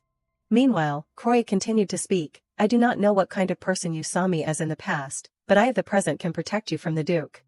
As soon as she finished speaking, she quickly dispelled her power. Kroya said seriously, Mr. Neria. Neria was still in a daze. Kroya suddenly raised her hand to the sky. Immediately, power gathered in her palm. Kroya seriously controlled the power. The water quickly combined together. As soon as he saw the scene, Neria was stunned. Kroya's voice continued to ring out, the one who has protected the blood of the Elos family through many generations, and is an upright loyalist, who has never tarnished that honor. Why not try to be loyal to me now, another Elos? Kroya smilingly suggested. Under this situation, Neria's face was a little dazed. However, in the next second, he smiled. Neria immediately knelt down in complete submission, if you need my humble ability, then I am willing to follow. He was kneeling before Kroya. As soon as she saw this, Kroya was extremely happy, success, great. She quickly spread her hand out. Neria also looked up. Kroya said with a smile, I am counting on you, Neria. Neria immediately stood up. Then he shook her hand and replied, I look forward to your help, Kroya. Kroya happily said, Welcome to Argenta. While the two of them were shaking hands, Diello was attentively watching from afar. He could not help but happily blush. In his thoughts, Kroya's voice suddenly rang out, because there is no time, ride a horse, the next group will bring the carriage. She rode alone straight ahead. As soon as she found Neria, she said, I found him, Neria is with the Elos people. I do not know why I feel like I can handle it alone, is it because it is near the source? I will try doing it alone here, you just watch carefully. The more he thought about it, the happier Diello was, exclaiming, Kroya. You are really. At this time, Kroya was still attentively talking to Neria. She suddenly called, Diello, come here. Diello immediately smiled and replied, yes. In the next second, Kroya introduced, this is Mr. Neria. Diello quickly smiled and said, hello, I am the Duke of Argenta, Diello Argenta. As soon as he saw him, Neria secretly assessed, this person is Diello Argenta, he looks as weak as rumored. Then he shook hands and introduced, I am Neria. Kroya said, then Diello, let us go back to Argenta first, the sun is starting to set. Diello immediately obeyed, yes, let us decide that, the carriage is also coming soon. Kroya's group slowly walked forward. Neria kept glancing around. It was Diello's nights filled with killing intent. Seeing that Neria seemed to still be wary, Kroya standing next to him immediately spoke up, strange, the atmosphere in Argenta is a little different from in Elos. The Argenta group has a strong familiarity and cohesion, so they often do not welcome outsiders. Neria smiled and replied, isn't that better than death? I only follow the person worthy of the title Elos, I will adapt and endure in any environment. As soon as Kroya heard this, she smiled and said, if it is determination, then I very much welcome it. As soon as the words left her mouth, she secretly thought, the problem is, the others do not seem to trust Neria much. The knight suddenly interjected, let us go separately from here. We will accompany Neria. Hearing this, Kroya had no choice but to agree. The knight politely said, Mr. Neria, please cooperate during the inspection. Neria quickly replied, yes. The knight announced, we will depart immediately. As soon as they left, Kroya was thoughtfully thinking, to integrate Neria into Argenta. It seems that method is the best, I have to write the magical contract that Mirta wrote. That is what she was planning with Neria. Returning home, Kroya said seriously, Diello, I have something I want to ask of you. Diello immediately agreed, yes, Kroya, just say it. Kroya said, the magical contract of Argenta that Mirta wrote, can I write it too, because I need to change the content to make it suitable for me and Neria. As soon as he heard this, Diello was very surprised, could it be that you plan to sign the contract directly? Kroya explained, yes, it is also something to prove that Neria can be completely trusted, and because we have to use Neria's abilities accurately, moreover, if we want to be accepted by the people in Argenta, then the contract is very necessary. After listening for a while, Diello expressed his worry, Kroya, I know clearly, but the contract is very heavy, although it is heavy, it is also very scary. Kroya immediately replied, I know that. But the upcoming meeting, even after the meeting, the other two families, will be curious about whether Diello's Lily has disappeared or not. Diallo immediately suggested, then I will make the contract. This made Croya very surprised. Yes, why would Diallo make that? This isn't Alo's problem. Diallo calmly explained, it is also to hide the lily of the Argenta family, so that is why I. However, before he could finish speaking, Croya interrupted, no, be quiet, the contract only needs Mirda's name. Then she ordered, PL, prepare the contract with Neria for me right now. PL quickly received the order, I understand. Meanwhile, Croya was still pondering in her thoughts. After making the contract, I must immediately receive Neria's help, there is not much time left. After a while, PL brought 2 contracts, this is the contract of Argenta. As soon as he held it in his hand, Neria said, I have heard the explanation about the contract, but seeing it with my own eyes is even more magical. Croya immediately replied. That is right, because this is a skill that does not exist in Alo's, please read it carefully. On the contract it clearly stated, the person named Neria, who will stamp with blood on this contract, is not allowed to reveal any secrets of Croya, the contracting party. Must offer absolute loyalty, in return Croya will do everything in her power to protect Neria from the Alo's house, and shoulder the responsibility of accepting Neria as a member of Argenta. If anyone violates the contract, then that person's life will be taken back by the power of Alo's. After reading it, Neria spoke up, I understand clearly. Croya immediately reminded, Mr. Neria is not allowed to use weapons until the contract is complete. PL standing behind at this time suddenly spoke up, therefore, I will help proceed with the contract. Neria replied, I understand. In the next second, he signed the contract with his blood. While wiping his bleeding hand, Neria said, I have finished signing. PL held the knife in her hand, turned around and asked, Miss, I will help you proceed. Croya sitting on the chair quickly replied, no, I will do it myself. As soon as she finished speaking, she secretly thought, it seems it is less scary if I do it myself. It will be fine. Diallo sitting on one side worriedly reminded, Croya, be careful. As she ran the knife across her hand, Croya's face turned pale, thinking, the knife is sharper than I thought, just touching it a little cut too deep. Seeing this, Diallo hurriedly asked, Croya, are you okay? Let me see. Croya reminded, wait a bit, let me finish doing it first. After signing the contract, she spoke up, okay. Immediately, the contract took effect. The contract has been completed. While wiping the blood for Croya, Diallo spoke up, the contract will react depending on the elemental power, like the contract that was burned when Mirda broke the contract. Croya said, if Neria breaks the contract, he will disappear in the water. At this moment, Neria sitting opposite suddenly bowed his head and said, then, I hope to have your help from now on. While looking at him, Croya called out, Neria. Although it is a bit sudden, but, you have something to do right now. This made Neria extremely curious, yes, what is it? Croya replied, hide the lily of the Duke of Argenta. As you know, I am not Pharaoh, so I can't remove the lily petals, the meeting of the 3 families is coming up soon, so hurry up. I truly came at the right time. After listening for a while, Neria filled with a cheerful and relaxed smile said, I know, I will try to do it right away. Meanwhile, Diallo was bandaging Croya's wound. Croya, the wound is deeper than I thought. Croya seemed to agree with this, it seems to be true. You will be treated by Nias, and Diallo smilingly interjected immediately, in the meantime, I will erase the lily with Neria, do not worry about this. Hearing this, Croya also quickly stood up and left, Neria, I am counting on you, Neria gently said, yes, do not worry too much. Diallo seemed to still have a face filled with regret looking at Croya. However, in the next second, it changed 360 degrees. Diallo's face at this time was extremely cold. This made Neria could not help but be wary and confused. What is it? The atmosphere. Diallo coldly spoke up, on the way here, it seems that my wife has explained some parts. But Argenta does not welcome outsiders, because you wrote the contract, you will receive trust to a certain extent, but that is it. I will examine you in my own way. And also, suppose you are the one who harms my wife and Argenta. I will be merciless with you. As he spoke, Diallo's eyes flashed with a strange danger. In Neria's thoughts, sensing instinctively, that was the image that Diallo Argenta had shown before, only the predator has that leisure. The image I have seen until now, all of it is a lie, I can't understand it other than that someone intentionally hid it. As soon as he thought of this, Neria spoke up, Master, do you know your true self? Diallo was silent and did not answer this question. Then he pondered in his own thoughts, strange, I have lied to countless people, including Croya, now I feel hesitant.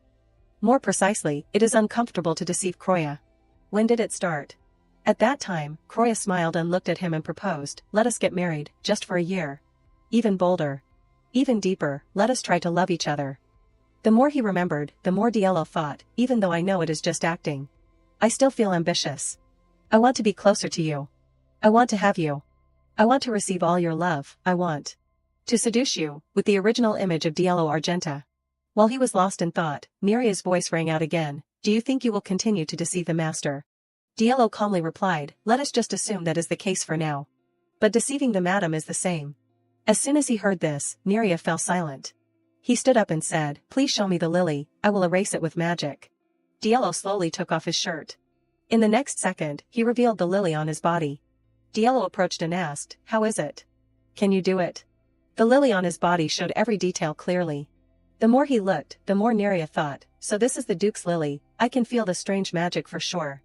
Then he quickly affirmed, it is completely possible. Then, let us start right away. Diallo replied, okay.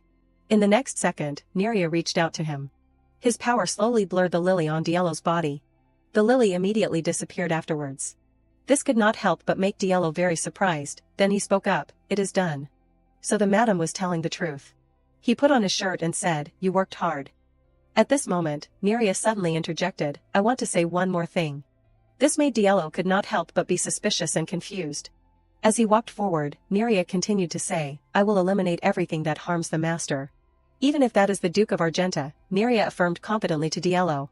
As soon as he heard this, Diallo smiled and replied, okay. Just sacrifice your life according to the contract.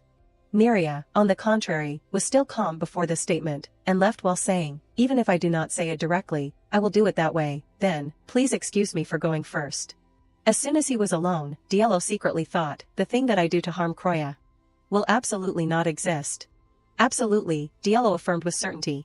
Gentle sunlight fell on the ancient castles, Croya's voice rang out softly, oh my god, really? The wound on her hand had been treated, Croya smiled and said, so you have hidden Diallo's lily, that is really fortunate, Mr. Neria's contribution is very big.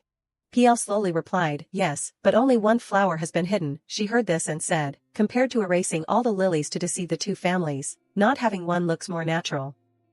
So it is okay. I feel more relieved now, I can attend the meeting peacefully, and I just need to sign the Daisy Forest contract. PL saw Croya smiling brightly and said, Madam, I also need to report a related matter. What is it? She said, the transaction has been broken because the buyer bought Daisy Forest at a higher price. She heard this and froze, as if she had just heard something earth-shattering.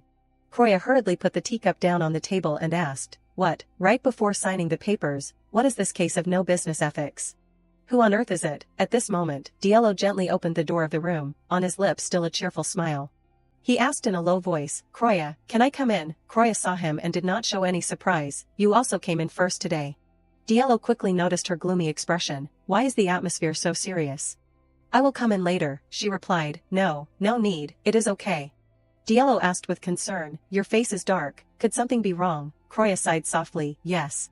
She sadly put her face down on the table, someone found and bought the forest that I had my eye on and was planning to buy for a long time, he was a little surprised by this. The matter, so that is it. He looked down, but why are you planning to go into this forest? Croya tears streaming down, while sobbing and replying, because later that forest was dredged with canals and became very prosperous, it is directly related to my peaceful old age. It turned out that was just the answer in her mind. Croya sighed again, those words can't be said, anyway, that place is very far from Alos and Cardiel. So the risk of being attacked is very low, most importantly, there is a very big river in the forest, the air is also good, and it is quite quiet, so it is a suitable place to live. Of course, there will also be trouble due to monsters, she put her hand on the map on the table.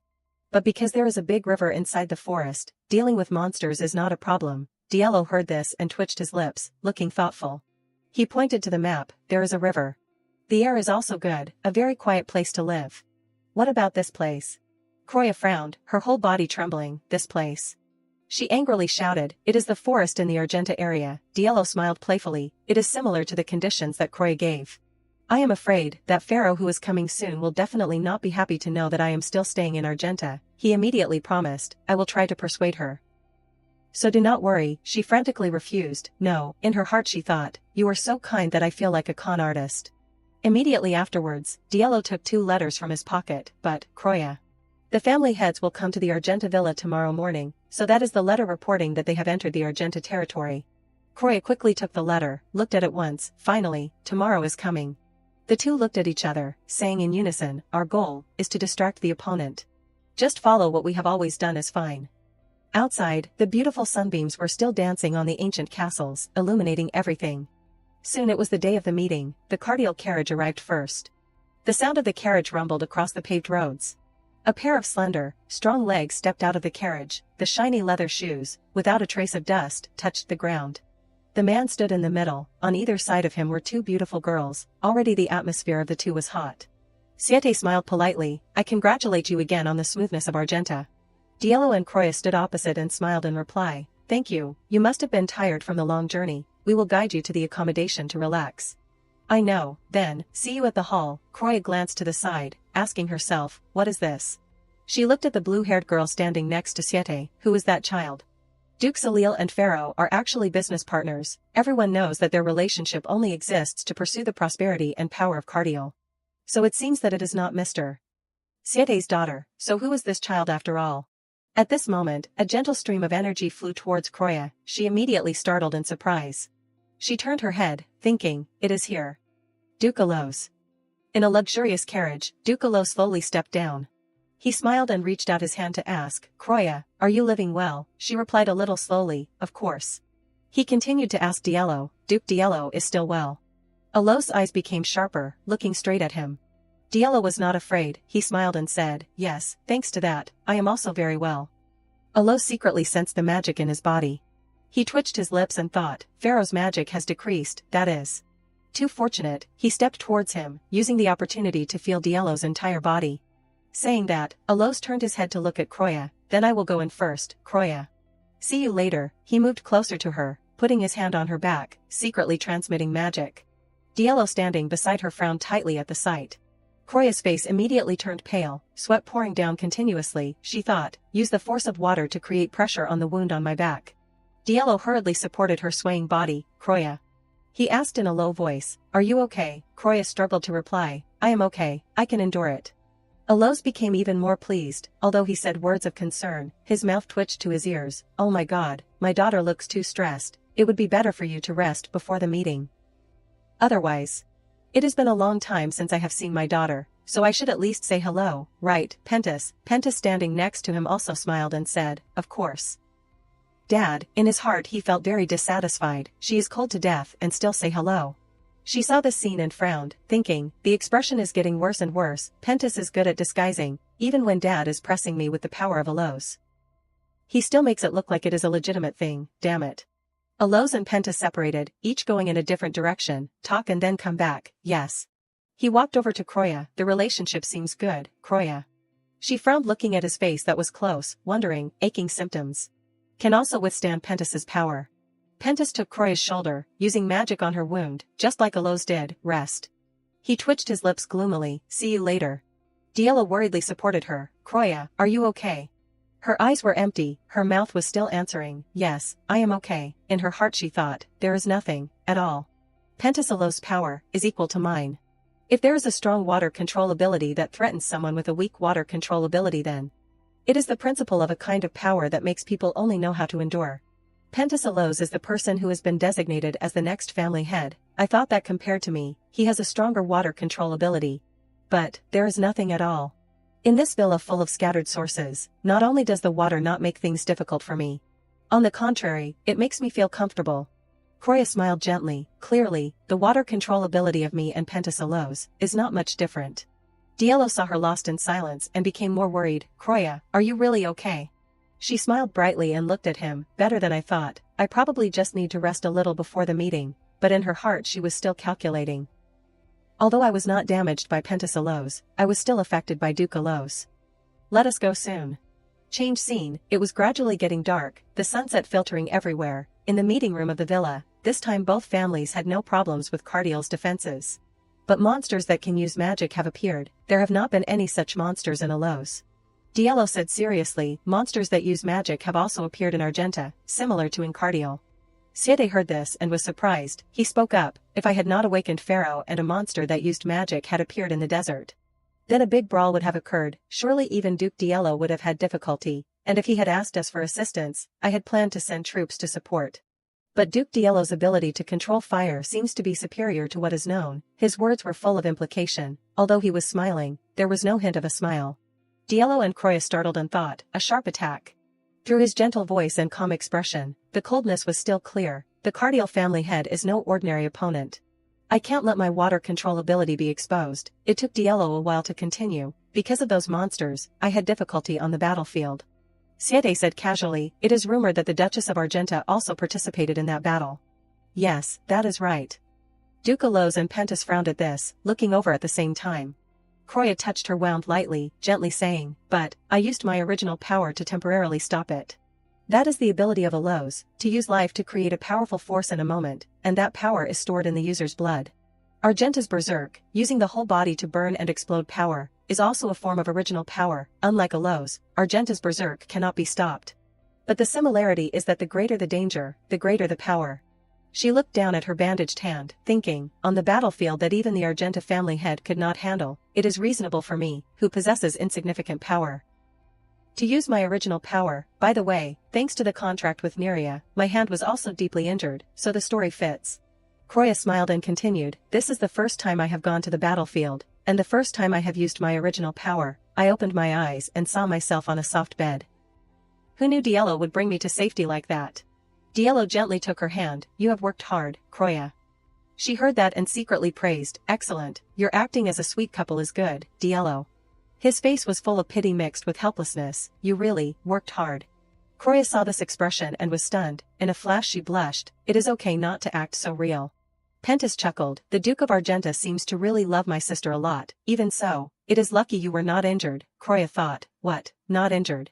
Using the original power that cost lives caused me serious damage, worthy of being the son of Duke Alose. Of course, I did not really use it, Diallo said sternly.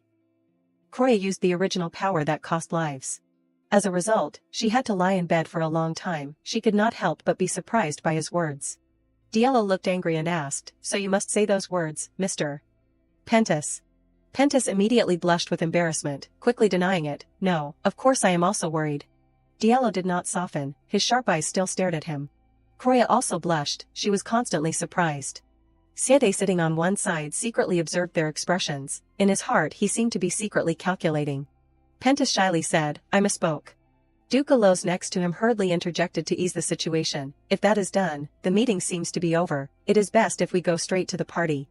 Diallo immediately stood straight up, the evening sunset shining through the glass door directly on him, I know, I will move there now. Croya could not take her eyes off him, she blushed and thought, why is he so sensitive? Afterwards, everyone went together to the banquet hall. Now everyone was sitting to enjoy dinner, even the endless sea has seafood, surprisingly delicious. It is the same as harvesting food in the endless forest of Alose. Laughter echoed everywhere. Croya was standing on one side, holding a glass of wine in her hand, secretly observing her surroundings. The atmosphere is still moderate, it is said that during the talks. Keeping peace is an unwritten law, it seems to be true. At this moment, a tender voice suddenly rang out, Croya Alose, oh no, Ms. Croya Argenta. She heard the voice and turned her head to look at the sound. The blue-haired girl who was with Siete politely said, hello, my name is Ellen Cardiel, the child. Croya also quickly recognized, isn't she the one who was standing next to Duke Siete just now? She smiled and replied, nice to meet you. Ellen smiled happily, I am also very happy. Croya slowly walked to a nearby table, the girl also followed along. Actually, I had something I wanted to ask you just now, she asked softly, what is it? The girl looked hesitant. I really do not know if I should or not, it is okay, just try it.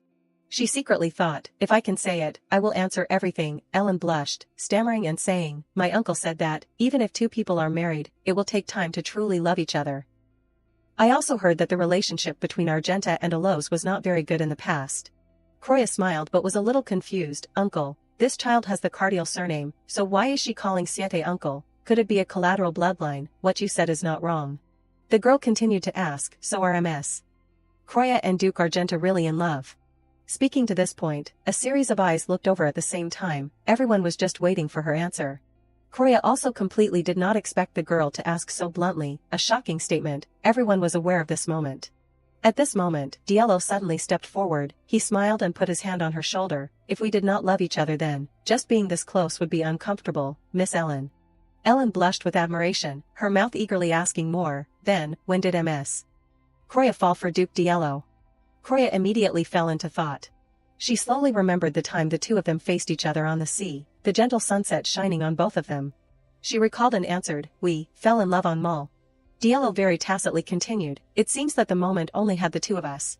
She heard this and secretly thought, I do not know about us either, if he says us, then Diallo must have also fallen for me. He looked at her with gentle eyes. I also first knew that day, that the one who used to be an enemy, can now also look different. Afterwards, before the eyes of everyone, he hugged Croya tightly. She is gorgeous and beautiful, making it impossible for me to take my eyes off her. Guests witnessed this scene and all cheered excitedly, everyone's face turning red.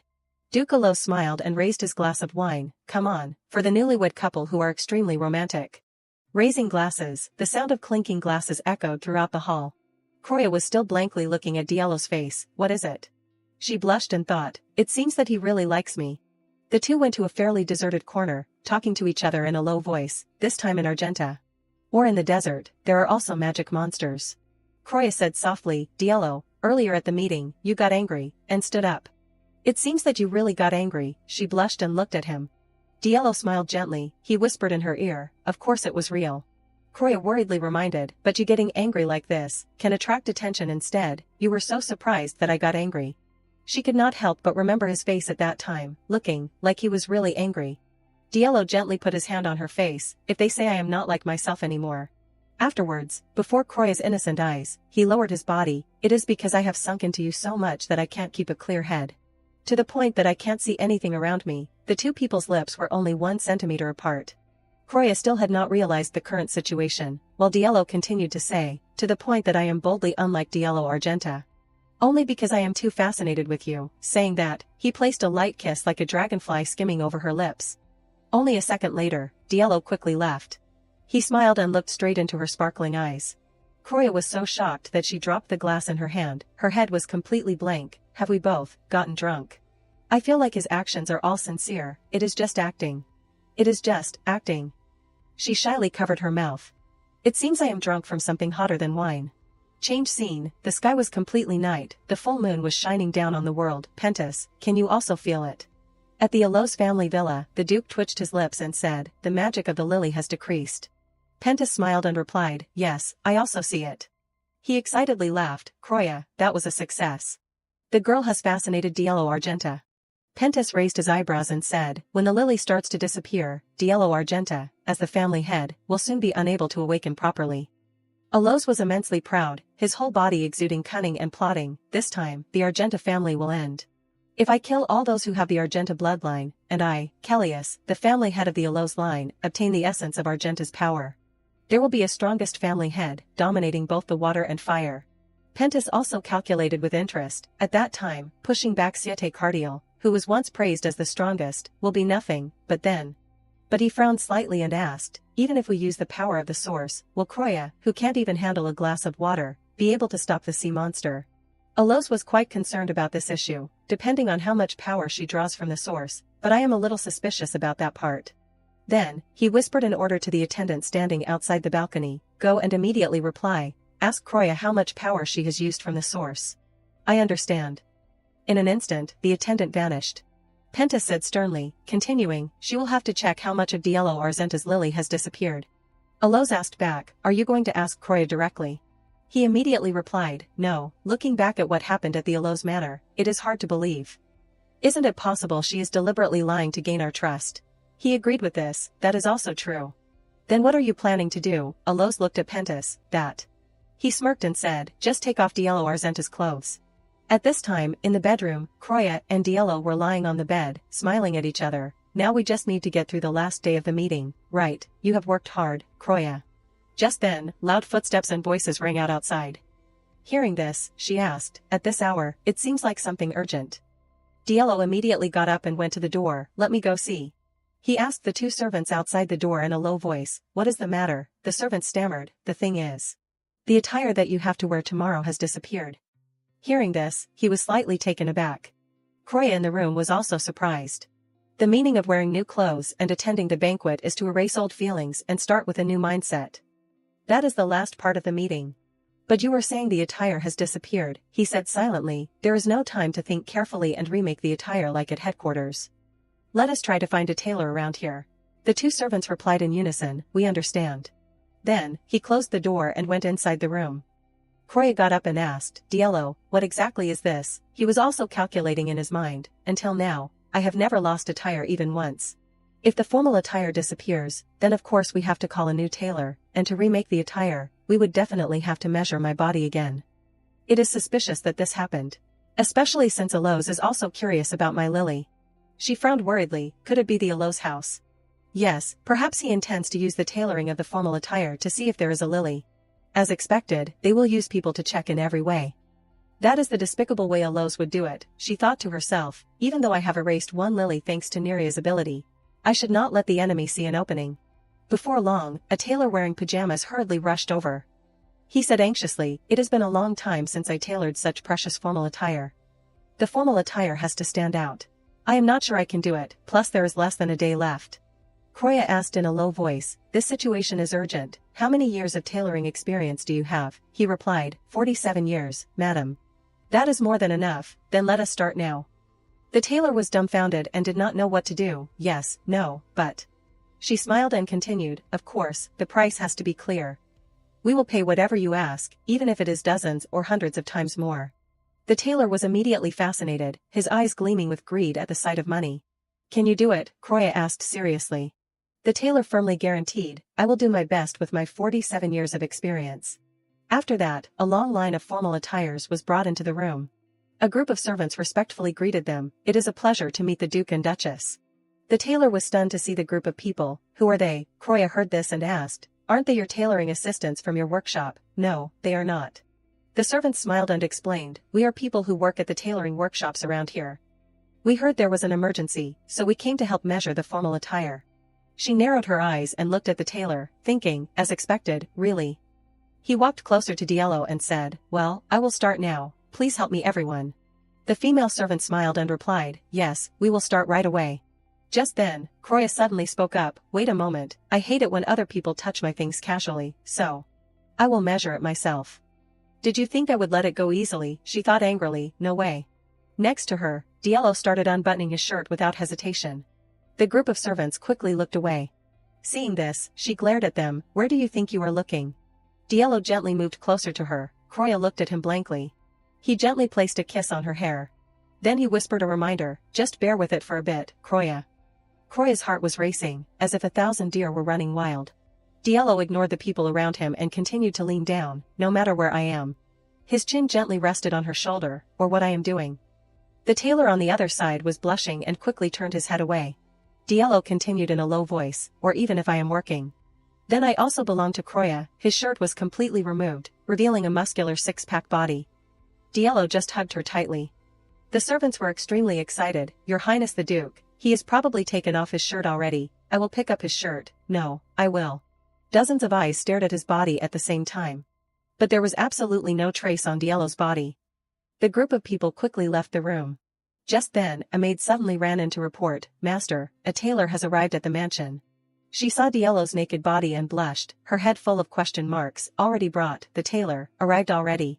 Hearing this, Croya asked, the tailor, already brought them, the maid quickly replied, because I was not sure, I brought the tailor to the mansion as quickly as possible.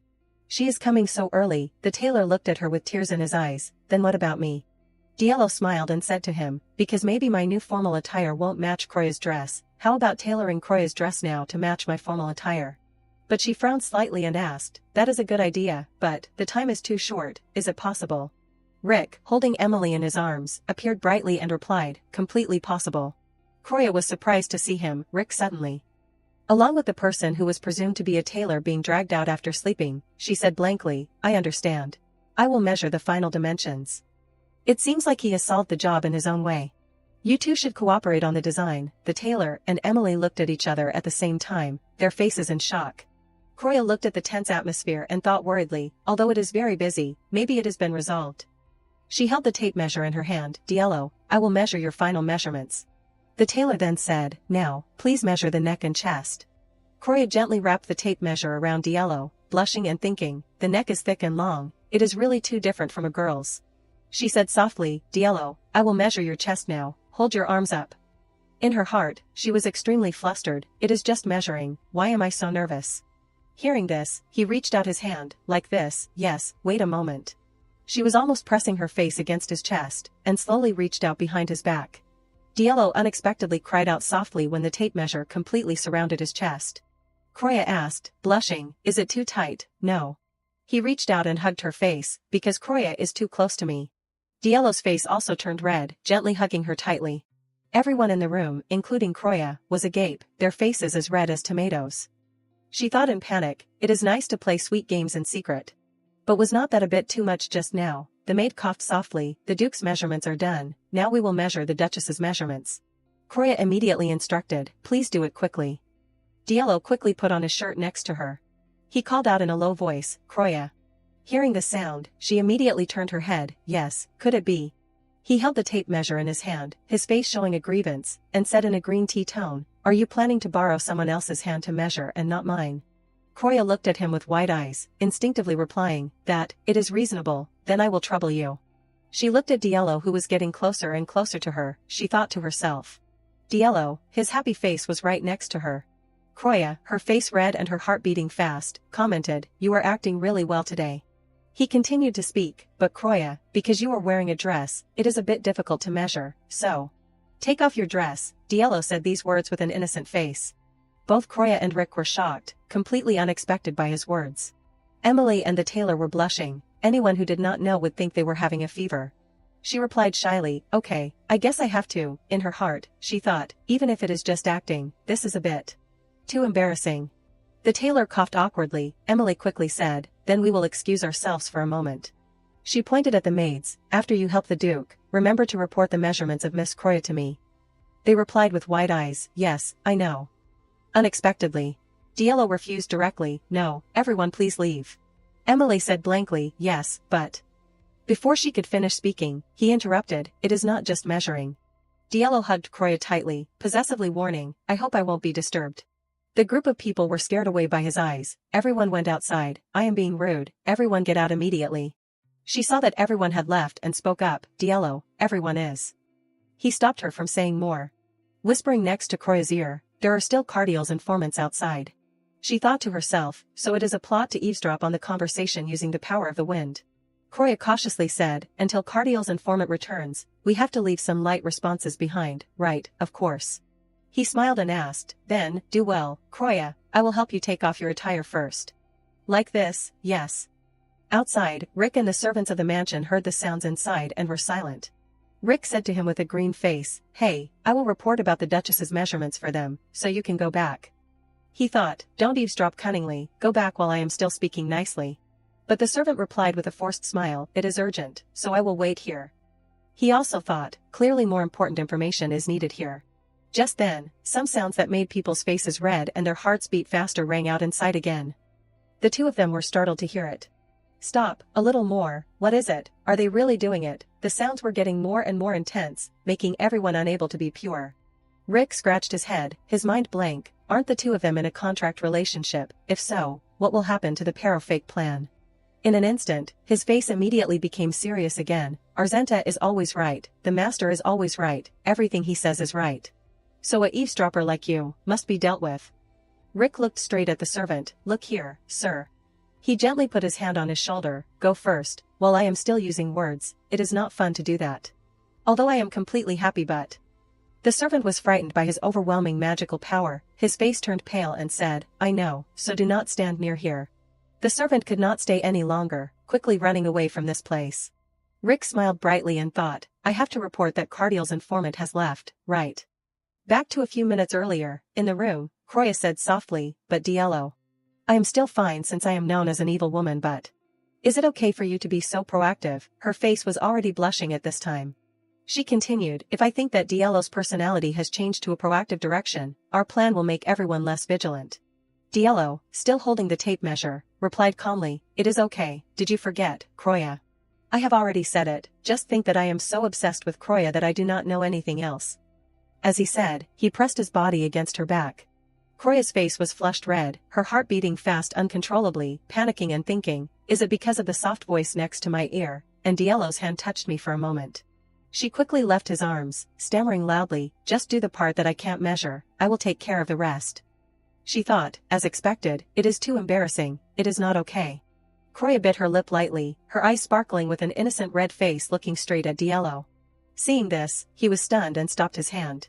Then he smiled softly, yes, just do that, instead, let me take care of your wounds.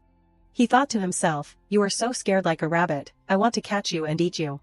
Then, Croya sat on the chair, Diallo next to her slowly dropped medicine into the wound on her hand, she screamed loudly in pain. Hearing her scream, he asked worriedly, is it very painful? Croya replied painfully, it really hurts a lot, you have not even dropped 2 drops yet. But Diallo teased and stroked her wound, she cried out. Croya's face turned green, and she said, trembling, okay, stop. He smiled and replied, it is almost done, bear with it a little. Then, Diallo said to her in a low voice, Rick's signal, it seems that the Cariel informant has left. Croya breathed a sigh of relief, now I can finally breathe. She smiled and looked at him, but, your acting seems to have improved a lot, Diallo, so many times that, I thought it was real. He smiled helplessly at her, I am not very good at acting. Hearing this, Croya thought, too humble, I think he clearly has a talent for acting. So until the early morning. The formal attire for the party was completed safely, the final day of the meeting. The two of them wore luxurious formal attire, and walked into the banquet hall arm in arm. Finally, entering was the host of the meeting, Duke Argenta Diallo and his wife. The whispers immediately rang out, it is really too beautiful. Their formal attire is so beautiful, they are truly the best couple in the empire. Croya also agreed with their words, in my opinion, the formal attire is quite beautiful, it was hastily made attire, their strength is really amazing. So now, all that remains is the final meeting event. Ending the meeting in the family hosting the meeting, after showing everyone the power of the family, and ending with a blessing of peace for the 3 families. Therefore, at this meeting, Diallo, as the host, must show his performance. Small flames flickered on the large chandelier in the middle of the hall. Diallo struggled to reach out his hand, controlling the flames. Unexpectedly, the flame on his hand went out in an instant.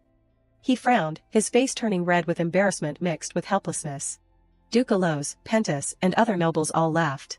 But Siete and Pharaoh did not show any attitude, still looking at Diallo. The nobles continued to laugh, looking down on him, so, until we meet again in 3 years. Diallo said softly, we pray that peace between the 3 families will be maintained. Then, applause rang out, Croya thought silently, everyone is just clapping reluctantly. There is no reason why Diallo would deliberately be as clumsy as me. Anyway, the meeting full of words, enough trouble, finally came to a close. Duke Alos immediately stood up, then I will look forward to good news again. He replied politely, yes, please return carefully. Siete also stepped forward and said, we will also take our leave first. Diallo immediately turned his head to look at him, Mr. Cardial. He gently reminded, go carefully. Siete smiled and added, but, Mr. Argenta. It seems that you are no longer afraid of fireworks now. The smile on his face quickly changed, his eyes becoming cold. Hearing this, Croya frowned and thought to herself, what is that case?